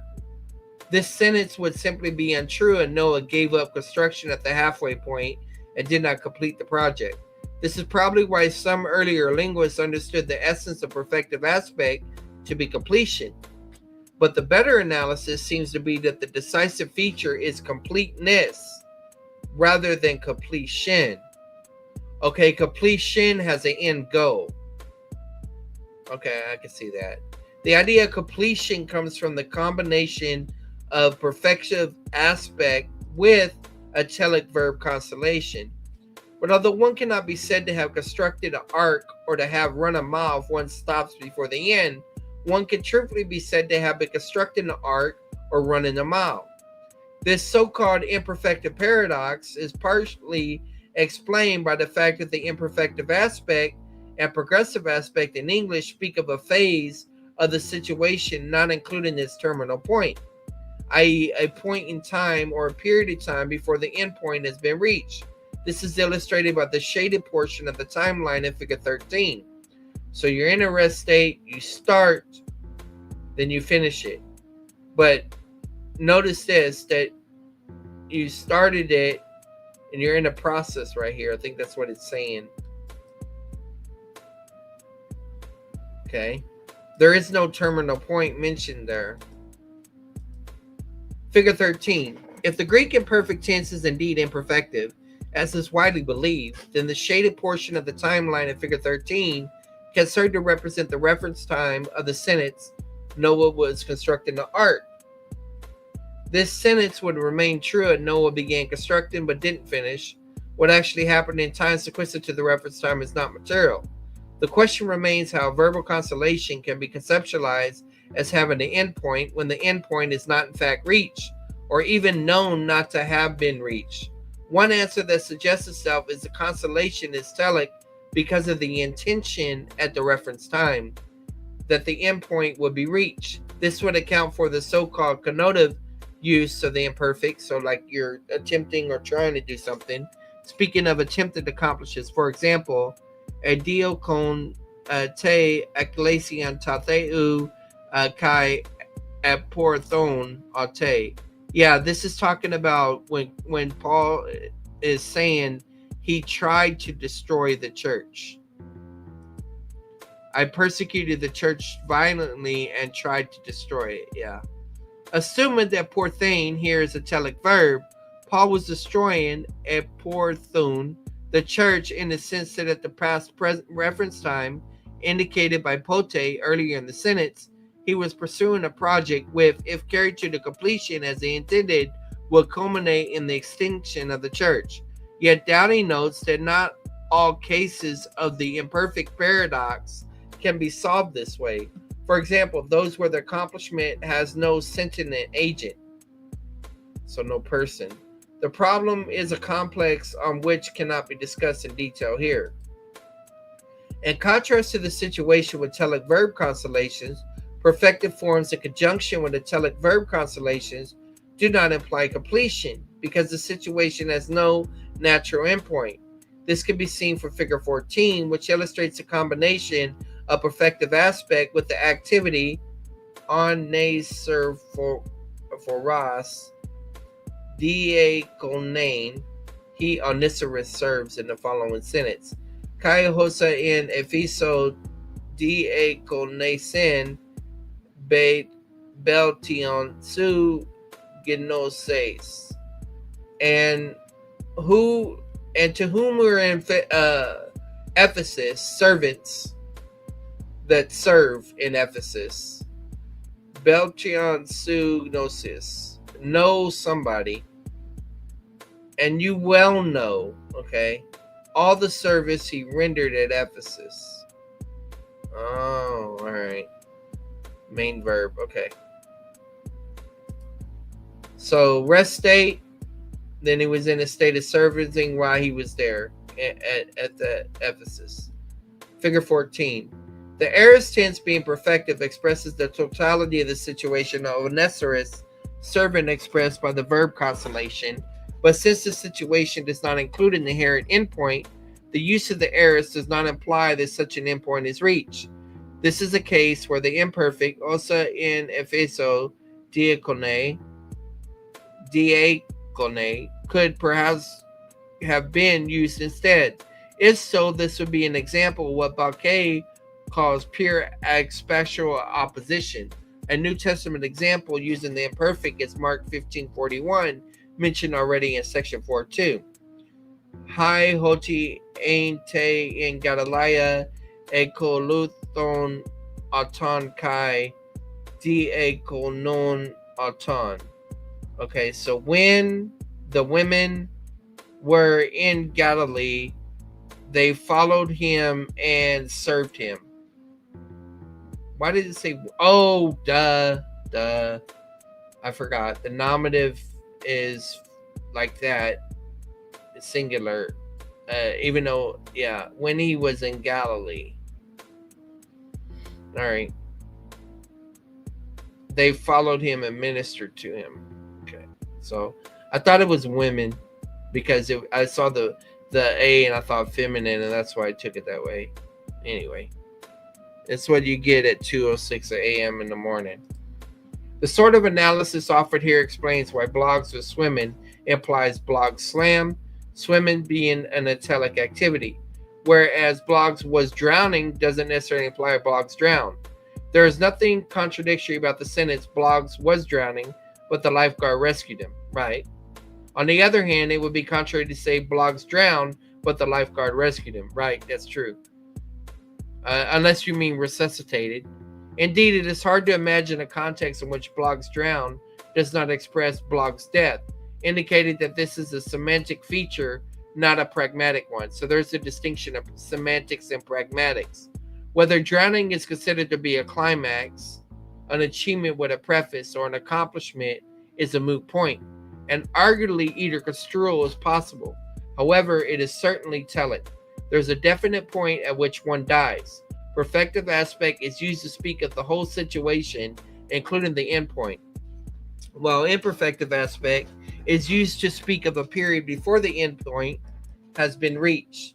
Similar considerations explain why in the case of punctual verbs, imperfective or progressive aspect conveys an iterative sense. Okay, imperfective or progressive. So this is going with the present tense of believe, and cannot be used with reference to a singular instance. The English verb constellation, the light flash, can be construed as referring either to a single flash or a series of flashes. Not flashing, then eventually it flashes. Figure 15. In this one, it's not flashing, but then it becomes in a state of flashes but it's not. It's only on for a moment because of the nature of flashing. So it's alternating in between the two. Figure 16. But imperfective aspect or the progressive aspect in a sentence such as the light was flashing cannot normally be used to speak of a single momentary event, since there is no possible reference time. However small, that does not include the situation's endpoint. A single flash does not have what Comrie calls internal temporal structure. Accordingly, the use of the imperfective aspect requires an interpretation such as shown in Figure 18. So it's not flashing, then it gets to the point where it flashes. Figure 17, same thing we just saw. If balein, throw, put is rightly classified as punctual verb, then the following sentences using the imperfect must refer to a series of deposits rather than a single simultaneous process. And many of the rich many were casted out. Let's see. And many rich people were putting in large sums, casting in. Okay. As noted above, therefore, imperfective aspect can be used with punctual verbs, but not to speak about punctual situations. With punctual verbs, the imperfective indicates repetition. Okay. In the case of climaxes, imperfective aspect is normally construed as speaking of the preface rather than the moment of the achievement itself. Okay. The imperfective effectively forces the climax to be construed as an accomplishment, i.e., as having duration, so that its endpoint can be excluded from the reference time. Thus, the imperfective sentence "ate apothegneske," she died, which means she was dying, and actually this looks like an heiress. So I don't know why they're translating she was dying. I have to look into that. For he had only one daughter, 12 years old, and she was dying. No, it's imperfect. It just looked at like an heiress. Okay.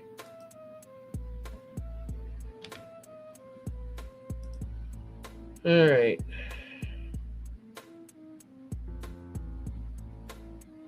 Iskin means she was dying, had not died. Whereas the perfective apathanayan means she died, and sequentially was no longer alive. These two sentences are represented in Figure 19 and 20, respectively. All right, so you're dying. Wait, yeah, you're living, and then you're in the process of dying. You know what? Then eventually you die. So now you remain in that state of death. Figure 19. You're alive, then you start dying. You die, and now that's where you are. Figure 20. It is perhaps because of effects such as these that the essence of imperfective aspect has sometimes been thought to be durativity. Okay. Since the imperfective can only be used with reference to a situation having duration, its use necessarily implies duration. But durativity is not generally considered to be the defining characteristic of the imperfective, since it cannot be used to speak of a durative situation, including its endpoints. Thus, Fanon notes that with verbs of a bounded sort, the present aspect, Fanon's term for the imperfective aspect in Greek, usually denotes the action as in progress, but not carried to completion. For example, ha de Ioannes diakoluein auton. But John him, tried to deter him. I didn't know that word. Tried to deter. That sounds like tendental. Fanning comments, this is difficult to account for on the basis of the durative view of the present, since there is nothing in the concept of duration which is inimical to completion. The type of analysis and graphical representation outlined in the preceding paragraphs explains why there is only in certain circumstances subjective choice between perfective and imperfective aspect. It also has the potential to explain the various nuances of the perfect or retrospective aspect, and although space prevents a detailed discussion of this here, a few brief comments are worthwhile. As noted above, perfect aspect normally has as its reference a time after the situation expressed by the verb constellation. This explains why, when the perfect is used with verb constellation that involve the subject transitioning into a resultant state, the perfect expresses the idea of the subject being in that state. For example, figure 21 represents the following sentence. Te Thanekin Thugator Su. Your daughter has died. In the process, it already occurred. 21. In the case of lexemes such as believe, which can denote either a continuing state or an entry into that state, the use of perfect aspect normally requires the latter interpretation, because the state itself cannot usually be construed as prior to the reference time. For example, humes pe pistukamen, we have believed, in the following sentence can be represented in figure 22, which explains why it has a state of sense, close to that of the present pistuamen, compare figure 4. We pistukamen, kai ekno kamen hati su e ha agias tateu. We basically have come to believe and have known that you are the Holy One of God. We have come to believe and to know that you're the Holy One of God. Not believing to a state of belief. Figure 22. Contrary to what is supposed by Porter, however, stativity does not appear to be the essence of perfect aspect. And more than durativity is the essence of imperfective aspect or completion, the essence of perfective aspect. Rather, the state of effect depends on the procedural character of the verb in question. Krellin has argued that in the case of verbs that do not involve the subject participating in a state, the perfect has an interior rather than a state of sense. The purpose of going into these interactions between procedural character and verbal aspect in some detail is to make the point that they're readily intelligible, indeed predictable, precisely because aspect is related to time. No, it's just portraying things, and in particular temporal phases and boundaries. Mateos, especially Fanning, have offered useful accounts of these relations in New Testament Greek. Although Fanning's ambivalence concerning the temporal nature aspect leaves him unable to explain quite why these predictable effects occur. The same is true of Campbell's brief account of basis of verbal aspect in biblical Greek, which is rather less successful than Fanning's because his account of the relevant lexical semantic characteristic is idiosyncratic, treating punctuality as a subset of transitivity and ignoring telicity, which is arguably the most important factor alongside durativity. Porter, on the other hand, seems to deny the existence of this kind of interaction between aspect and lexical semantics altogether, seeing the two as independent. His reasoning suffers from the flaw that is based on the statistical co-occurrence of aspects with particular lexemes, without regard to the constraints of the type of situation, or more precisely, conceptualization situations that can be expressed by those combinations. It is because of these interactions between aspects or distinctions such as productivity or imperfectivity on the one hand and procedural character on the other that some linguists consider the latter to be itself an aspectual phenomenon, using the term lexical aspect to distinguish it from verbal or grammatical aspect. I was thinking that earlier. The appeal of treating lexical and grammatical aspect as subcategories of the same overarching categories that the two interact because they both have to do with the expression of the temporal constituency of a situation, and in particular with its temporal boundaries. But doing so obscures the fact that they interact precisely because they perform different functions within the temporal domain. The procedural character of the verbal constellation conveys information or activates background knowledge about the phases and boundaries of the situation in question, and the choice of verbal aspect then selects one or more of those phases as the reference time. Thus, what Sass determines unidimensional and bidimensional approaches both contain an element of truth, at least in relation to language such as Greek, with clear grammaticalized aspectual distinctions. Conclusion. This chapter has argued that the denial of Porter, Fanning, and Campbell that aspect is a temporal concept is at odds with the prevailing understanding with the general linguistics. So, I have suggested general linguistics is not the same thing as studying Greek.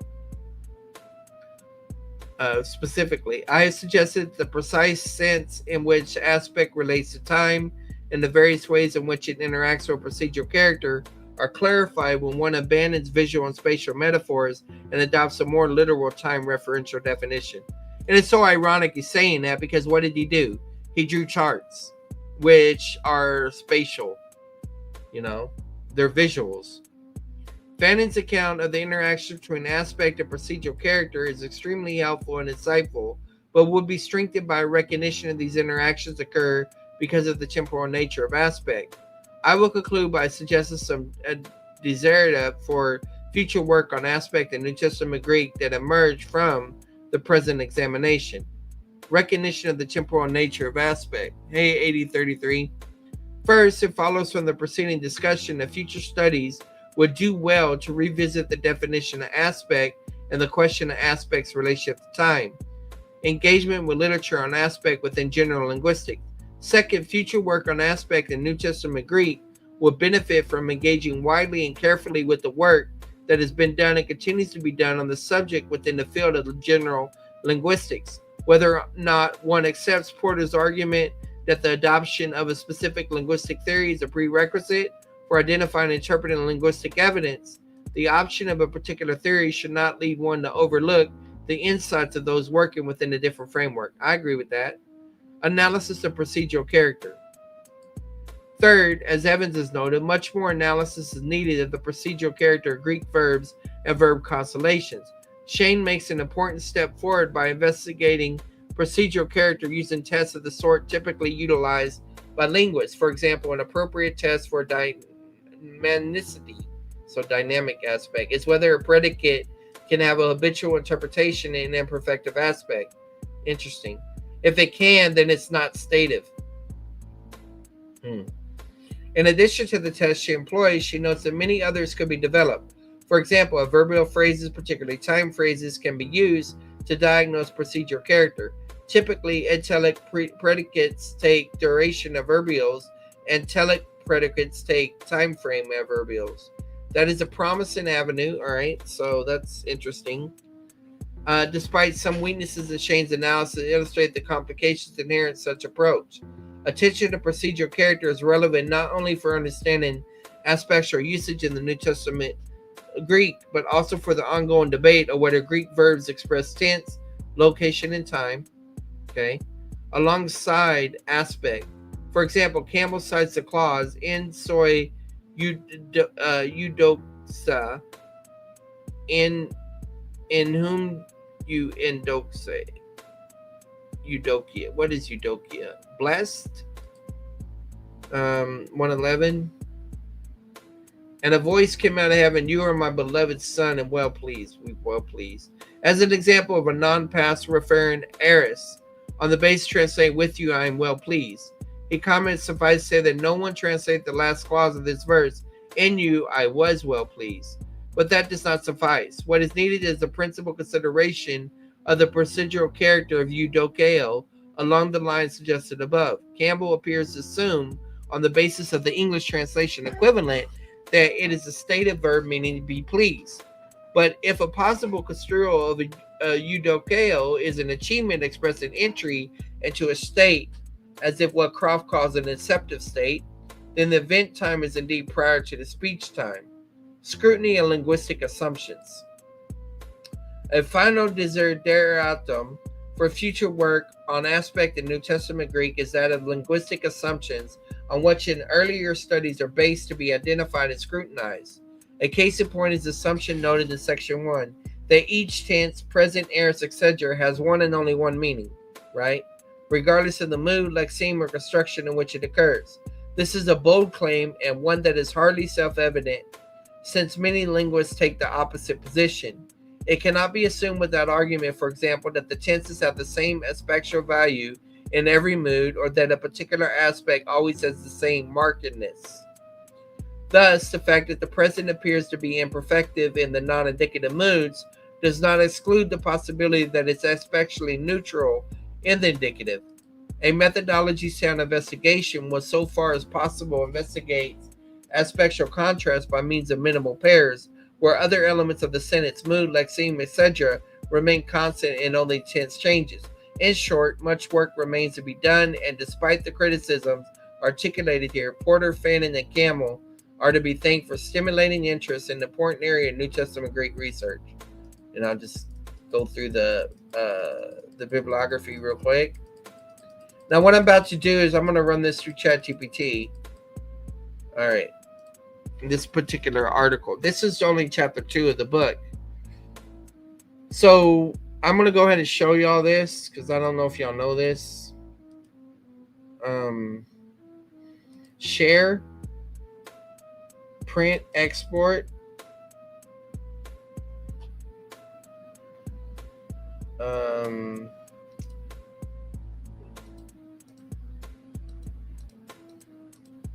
So right now I'm going through.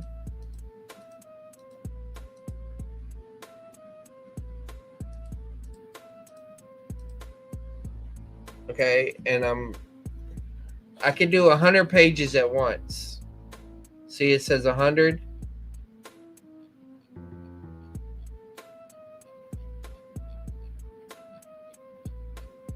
But if I reduce the font, let me go back out of here real quick.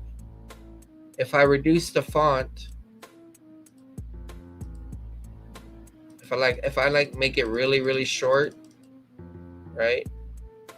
And then I do the export.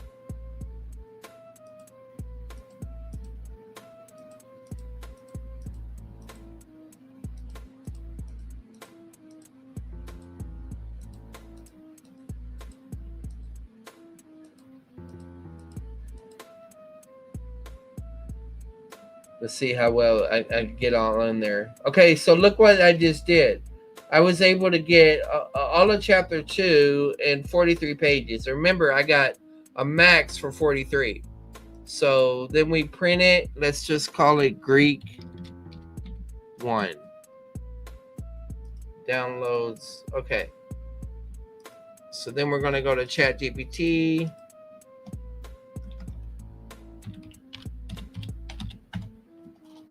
I got a couple things I'm working on in ChatGPT.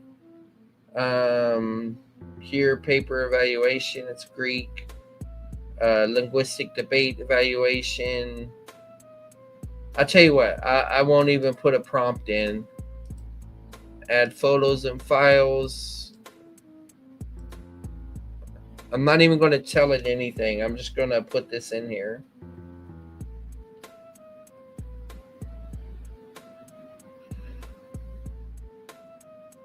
Hey, that was mean of you.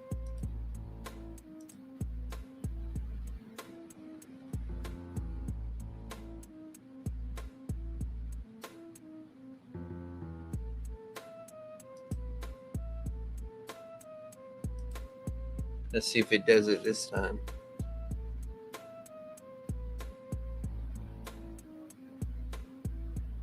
Okay. I'm not even going to tell it anything. I'm just going to put this in here and see what it does. It stopped thinking. Now it's reading the document. Okay, so it's talking to itself here. He said, here's a tight study guide to the chapter you loaded, useful for intermediate Greek course and fast work. Executive summary. Modern New Testament discussions often start with Porter, Fannin, both treat aspect as viewpoint. But anyway, it's going through all that, right? So you could use something like this. But here's what we're going to do. All right.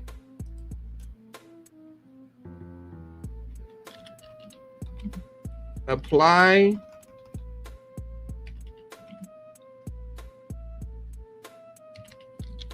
these methods.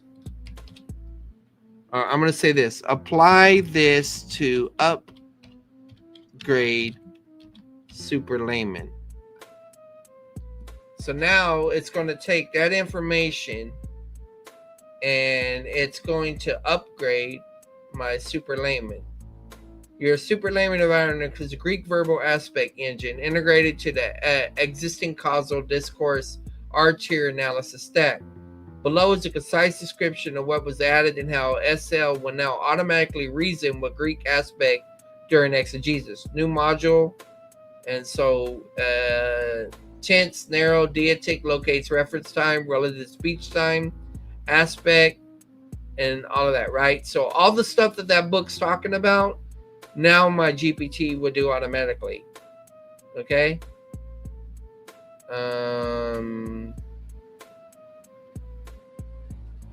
What I want it to be able to do, I hope it can do. Can you also map procedural character? Let's see if it can. All right.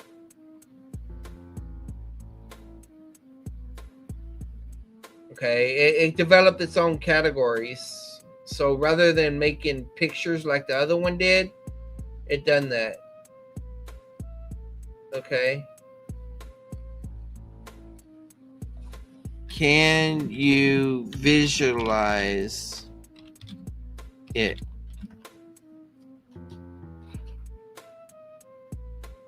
Okay. I don't like that visual, but at least you're trying.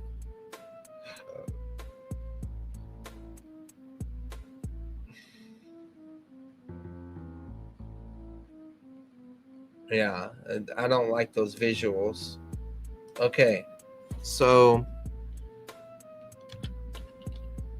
apply super layman to study of John 3:16. So textual linguistic notes is giving me. Okay. So look right, present marks believing as a condition reference, not a stipulation or duration. Aspect procedural character. Imperfective plus moderate procedural character, receiving by persuasion. There is no endpoint task implied. Keep doing works. Highly compatible with R1 Live because of, right? So it did all of that. And is running the new chart. Yeah, some of y'all don't know about the new chart I have. Sawako, is that you? I heard someone in the background and now they left. I wonder where they went, where they stepped.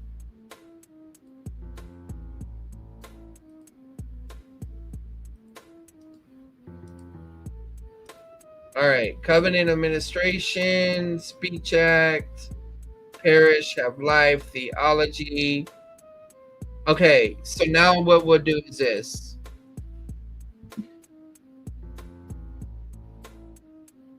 Summarize this PDF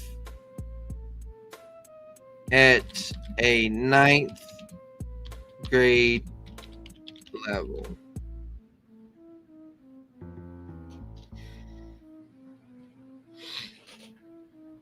Reason I picked 9th grade level is because of nursing and stuff like that. They teach you to write at that level, as most people are at. So, simple summary: 9th grade level. The document talks about how Greek verbs work, especially in the New Testament. It explains that when reading the Bible in Greek, understanding verb aspect is very important. What is aspect? Aspect is about how an action is viewed, not when it happens. That's nice. I mean, that guy was trying to debate that, but okay. It shows whether an action is seen as a completed whole, like a snapshot, or something happening over time, like a video clip. Most language experts agree that aspect is connected to time, but not exactly like past, present, future. It's more about how the inside of an event is viewed. Why does this matter? Aspect helps us understand how Greek writers describe actions, especially in the New Testament. It helps explain why they choose certain verb forms. Two main aspects: perfective, the action seen as a whole, like seeing the entire parade at once. No focus on details inside the action. Imperfective, the action is seen as happening, like being inside the parade. Focus on what's happening over time. I don't like that term. This parade picture is used to help explain the difference. A big debate. Scholars who study the Greek New Testament, especially Porter, Fannin, and Campbell, disagree with many language aspects about aspect. These three scholars often say aspect is not about time, only viewpoint, but most linguists around the world think aspect is connected to time. The author argues that Porter, Fannin, and Campbell have misunderstood general linguists and have confused people studying the New Testament. Main point of the chapter. The author says most linguists, aspect is about how an action is shown in time. Many New Testament scholars, aspect is only viewpoint, not time. The author believes the linguists are right. He encourages Bible students to think of aspect mainly a time-related idea that affects how events are described. Why people get confused? Linguists sometimes use visual pictures like parade illustrations to explain aspect. These pictures can make people think aspect is about space or viewpoint alone, not time. This confusion was spread in the New Testament studies. What this chapter does explains what linguists say about aspect, shows how New Testament scholars changed the idea, argue that aspect is really a time-related idea, show that this helps explain how Greek verbs work. Bottom line, Greek aspect is an important idea for reading the New Testament. It mostly has to do with how an action is related to time. According to that, many Bible scholars have misunderstood this and treat it as only his viewpoint. The author believes going back to time-based definitions will help people read Greek more accurately. Okay, so watch this. Apply the bookcase dimensional concept from Interstellar to this discussion. How would each view use the analogy? It's going to be fun. All right, here we go, guys. Let me, I'm going to turn on the sound here. Let me play get down here and get to the voice. Oh, it's still reading. All right.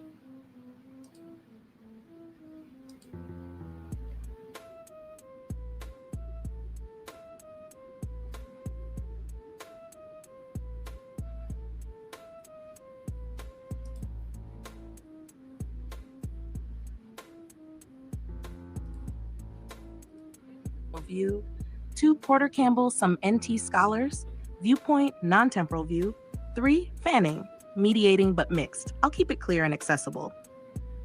Core analogy, interstellar bookshelf, tesseract. In Interstellar, Cooper is inside a higher dimensional space, the tesseract, where he sees bookshelves across many times. Time is a dimension he can move through. He interacts with events from outside normal time. Map to the Greek verb debate. Events equals moments in time, actions. Aspect, how you access, view those events. Tesseract, higher dimensional space where time is still real, structured. So the question is, open quote, does aspect inherently involve time, or is it just a viewpoint outside of time? Close quote. Different scholars give different answers. View 1, general linguistics, time relational. Open aspect is about how an action relates to time. How much of the action is visible relative to the reference point? Close quote. Interstellar analogy. General linguists would say, open quote, Cooper is still interacting with time as a real dimension, close quote. Even if he is, above time, free to choose perspective, his choices are still defined by time relationships. So, perfective equals, Cooper sees the whole timeline book at once, the complete event. Imperfective, Cooper zooms inside the book, experiencing the event from within, walking along the timeline. Time is not erased. He simply sees more or less of it, depending on where he stands. This matches a time-relational ER model, event time versus reference time. This is what the chapter says is the global linguistic consensus. View 2, Porter Campbell, non-temporal viewpoint. Open quote, aspect is not about time, only viewpoint or camera angle, chosen freely by the speaker, close quote. Interstellar analogy. Porter Campbell would claim, open quote, Cooper is in the tesseract, a space where time is irrelevant. The scene is not about his relationship to time, only his chosen angle, close quote. So, perfective, helicopter shot, seeing the parade book all at once from outside. imperfective street-level shot, seeing momentary internal details. But to them, these are visual differences, not temporal ones. Time could be replaced with abstract view, as though Cooper is not relating to time at all, just shifting perspective in a timeless library. They flatten aspect into pure viewpoint, removing its time relations. This is exactly the critique the chapter makes. Problem: this collapses a time-based category into a camera angle metaphor and breaks harmony with broader linguistics. View 3, Fanning, mixed but unclear. Fanning uses viewpoint language like Porter, but occasionally acknowledges temporal language. Interstellar analogy. Fanning's Cooper, open quote, says the Tesseract is about viewpoint, but keeps slipping and describing what he sees in temporal terms, beginning, end, progress. Close quote. So he says, it's not about time, then describes it using time words. This is why the chapter calls him ambivalent. How each view arranges the analogy. View how they see Cooper in the Tesseract. General linguists, still dealing with time, able to view whole timelines or interior frames. Aspect, Porter Campbell. Time doesn't matter, only camera angle. Aspect, viewpoint only.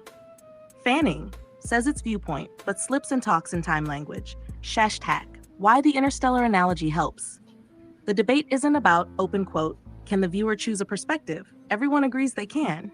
Close quote. It's about, open quote, is the perspective defined by time relations or only by viewpoint? Close quote.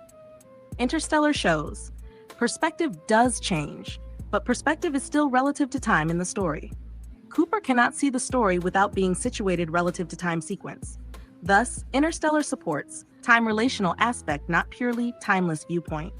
So the analogy supports the author's position that, open quote, aspect is non-deictic but still temporal, close quote. Further fit in Interstellar. Cooper sees events at different scales. Whole timeline versus inside a moment, perfective versus imperfective. But he never escapes the fact that the events themselves are temporal. So, open quote, aspect where Cooper stands. Aspect equals how Cooper's viewpoint interacts with time in the event, close quote. This matches Comrie, Bach, Isachenko, and the chapter's conclusion. Which view does the bookcase best support? General linguistics, time relational, because the library scene presumes real temporal structure, shows large versus close views of time, shows ER relationships, whereas Porter and Campbell treat it as spatial only, remove time from meaning, collapse aspect into cinematography. The analogy exposes that their view severs viewpoint from the event's time, which the movie does not do. Short takeaways. Interstellar shows that higher dimensional perspective still interacts with time. This matches general linguistic consensus. Open quote, aspect equals temporal relationship, not just viewpoint, close quote. Porter Campbell's timeless camera angle view does not fit the analogy. Therefore, the Interstellar Tesseract supports a time-relational understanding of Greek aspect. If you want, I can turn this into a slide deck. Make a 1-minute teaching script. Map perfect, imperfective, perfect, and perspective forms into the analogy. Just tell me. Did any of the authors respond to this chapter? Did any of the people, these people, respond to this chapter? In Greek verb revisited.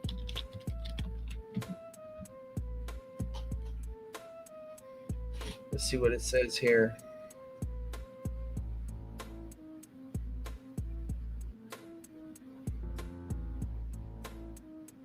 Okay. So we got some views here. We'll read this and then we'll go look at some of those. Yes, some of them did respond, though not always in full-length peer responses to that exact chapter. Here's a breakdown of who and how. Who responded? Buis Fanning wrote a short setting of scene overview in the book The Greek Verb Revisited, 2016, Retrospect and Prospect chapter, covering his earlier views and how they relate to the new essays. Logos, Stanley E. Porter gave a review of the Greek Verb Revisited at the SBL meeting, as reported in forum posts.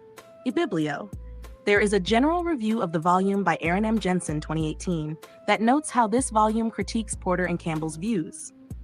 Academia. But with caveats. These responses are not always full-length published articles directly replying to that specific chapter in detail. They are sometimes overview chapters, reviews, or forum reports. For example, Porter's review reported in a forum post is more of a reaction than a full methodological rebuttal. A biblio, some of the authors, especially those defending the viewpoint-only model like Porter Campbell, are not deeply engaged with every essay in the new volume. The review by Jensen says the volume addresses the idiosyncratic views of Porter and Campbell. Academia. Application to your context, S-style. Using SL's methodology. Observe, responses exist. They vary in depth and focus. Some overview, some reviewing the volume, some reacting to broad issues rather than specific arguments. Falsify. It is not correct to claim no one responded or they all thoroughly engaged every essay. Integrate. Yes, the debate continues with responses and counter-responses. Serve teach. For your classroom, you can say, open quote, both Fanning and Porter have responded to the volume, but their responses differ in intent and form. Fanning gives a chapter reviewing his own position, Porter offers a more informal review, others publish reviews of the volume as a whole. Close quote. Worship renew. Recognize that this ongoing discussion reflects our commitment to theological integrity and careful exegesis. If you like, I can check specific articles by Campbell and Porter to see whether they responded directly to that chapter or essay with full citations, and we can collect a mini bibliography of responses.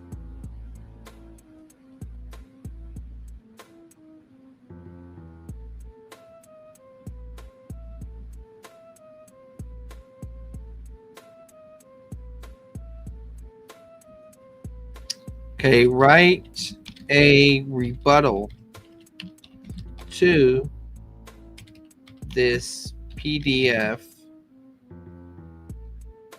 based on what you know from how others responded. It's now 2025 and I want to know where this debate stands currently.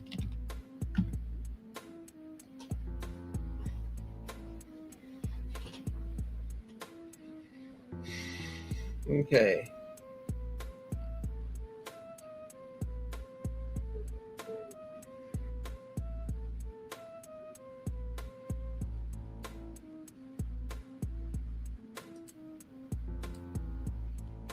Here is a structured rebuttal to the chapter from The Greek Verb Revisited, A Fresh Approach for Biblical Exegesis, 2016, plus a status check of where the Greek verb aspect debate stands as of 2025. I'll anchor this in your preferred SL framework: observation, interpretation, falsification, integration, application, and use the R-scale, procedural character, and temporal relational aspect model. Number 1, observe. The chapter argues that many NT Greek grammars have mischaracterized verbal aspect and its relation to tense, leaning too much on non-temporal viewpoint models. It promotes a time relational model, aspect, ER, event time reference time, rather than mere camera angle or viewpoint. It critiques the legacy of Stanley E. Porter, Constantine R. Campbell, who emphasized tenselessness or predominantly viewpoint-oriented aspect theory. It advocates for greater alignment with modern general linguistic findings. That aspect is temporal, though non-deictic, and that the nature of the situation, actionsart, procedural character, constrains aspect choice. The review of the volume, e.g. Jensen, observes that the volume is an advance, but points to remaining issues, especially future forms, genre, discourse interaction. Academia, interpretation. The central motif of the chapter, correct the hermeneutical grammatical model of Greek verbs by retrieving a more linguistically robust aspect model, temporal, and apply it to NT exegesis. Stratification. At the methodological layer, it challenges grammatical tradition, Porter-Campbell, and seeks to reorient grammar around aspect prominence, rather than tense prominence. At the exegetical layer, It argues that misreading aspect as pure viewpoint leads to inaccurate interpretation, foreground, background, discourse prominence, etc.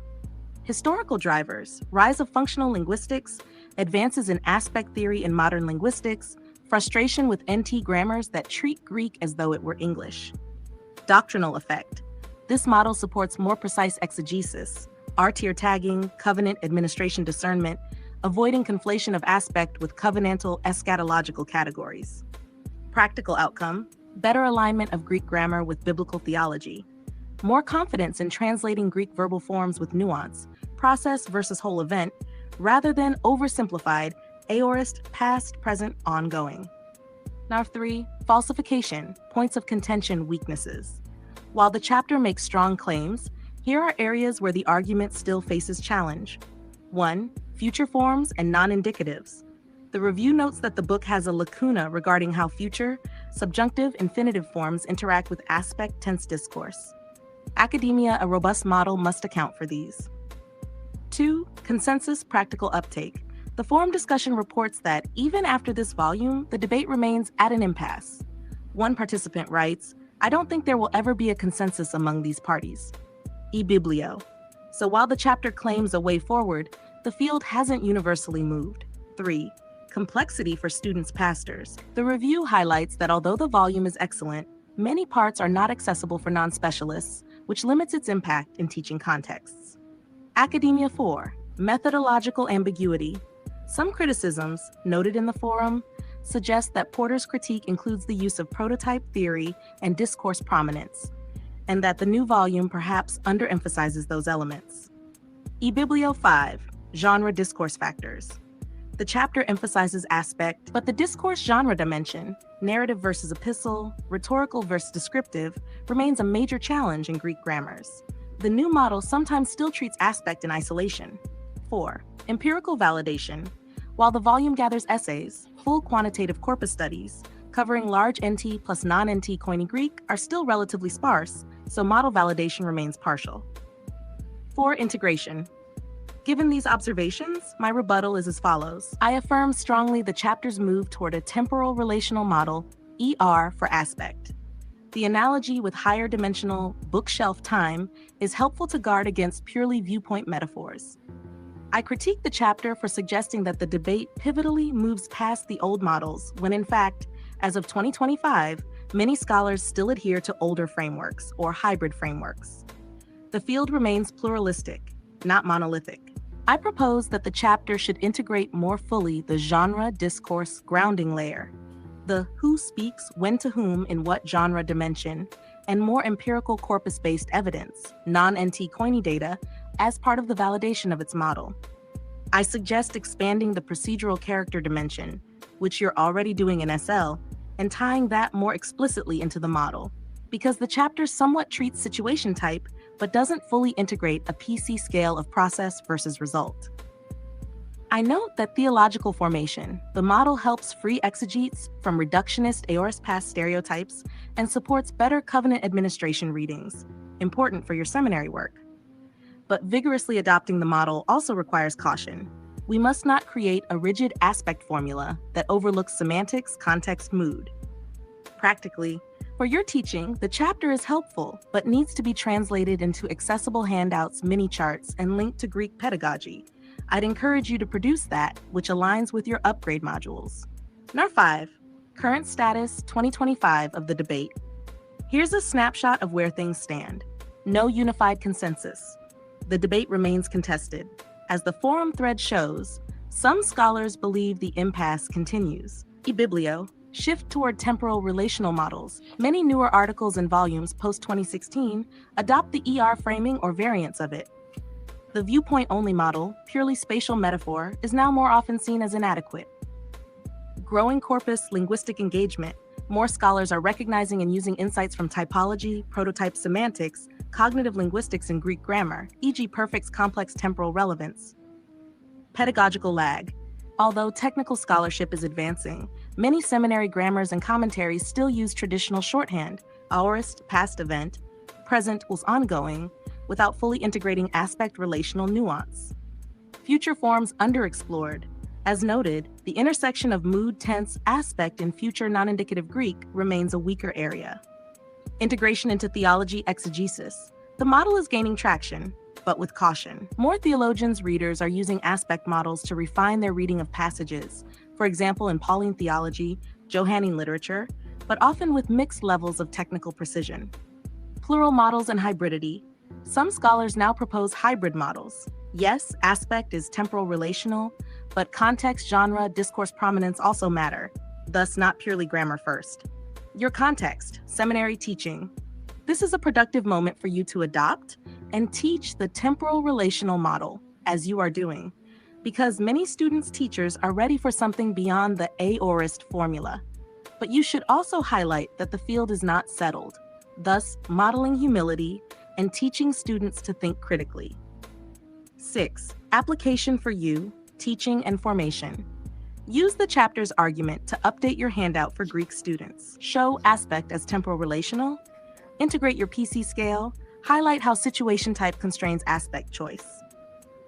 In your teaching of NT passages, e.g. Pauline, Johannine, emphasize why the author used the aorist or present, not just past ongoing, but whole event versus internal phase versus state at R. When students ask, does this mean the perfect means has happened long ago and continues? You can use your upgraded model, ER, result state present at R, relevance ongoing, plus PC scale to see whether the verb leans result or process. Highlight to students. The model helps prevent theological missteps, e.g. reading present as necessarily continual ongoing performance, or reading aorist always as once for all without checking situation type, genre, context. Encourage students to read recent articles, post-2016, showing empirical work in Greek linguistics, not just older grammars, but also to remain aware that translation methodology still varies. Number 7, short takeaway summary. The chapter from the Greek verb revisited makes a compelling case for viewing Greek verbal aspect as temporal relational, ER, rather than purely viewpoint. It challenges prior dominant models, Porter-Campbell, and advances the discussion. However, it overstates consensus. The field is still navigating plural models, pedagogy lags, and empirical work continues. For 2025, you are wise to adopt the temporal relational model within your SL system, but teach it with nuance, caution, awareness of its limitations, and continuing debate. If you like, I can draft a full rebuttal essay, 2,000 to 3,000 words, in teaching-friendly language, incorporating your procedural character scale and R scale, which you could hand out to your seminary students.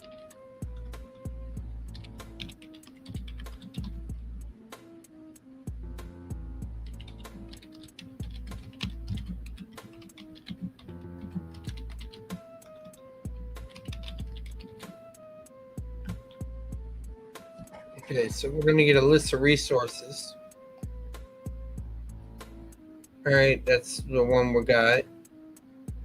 Verbal aspect and theory and prohibitions in the Greek New Testament. Faces verbal aspect, second edition. The Grammar New Testament Greek. Selected essays.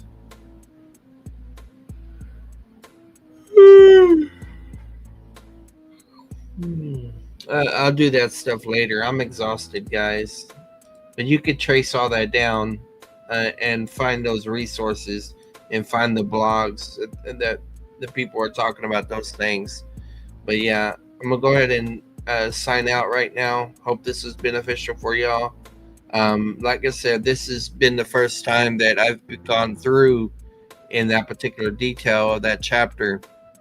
Even though, like I said, I've studied when I took Advanced Greek 2, I've read that chapter. But anyway, we'll work on simplifying things a lot better for the audience in the future. But y'all have a good night. God bless.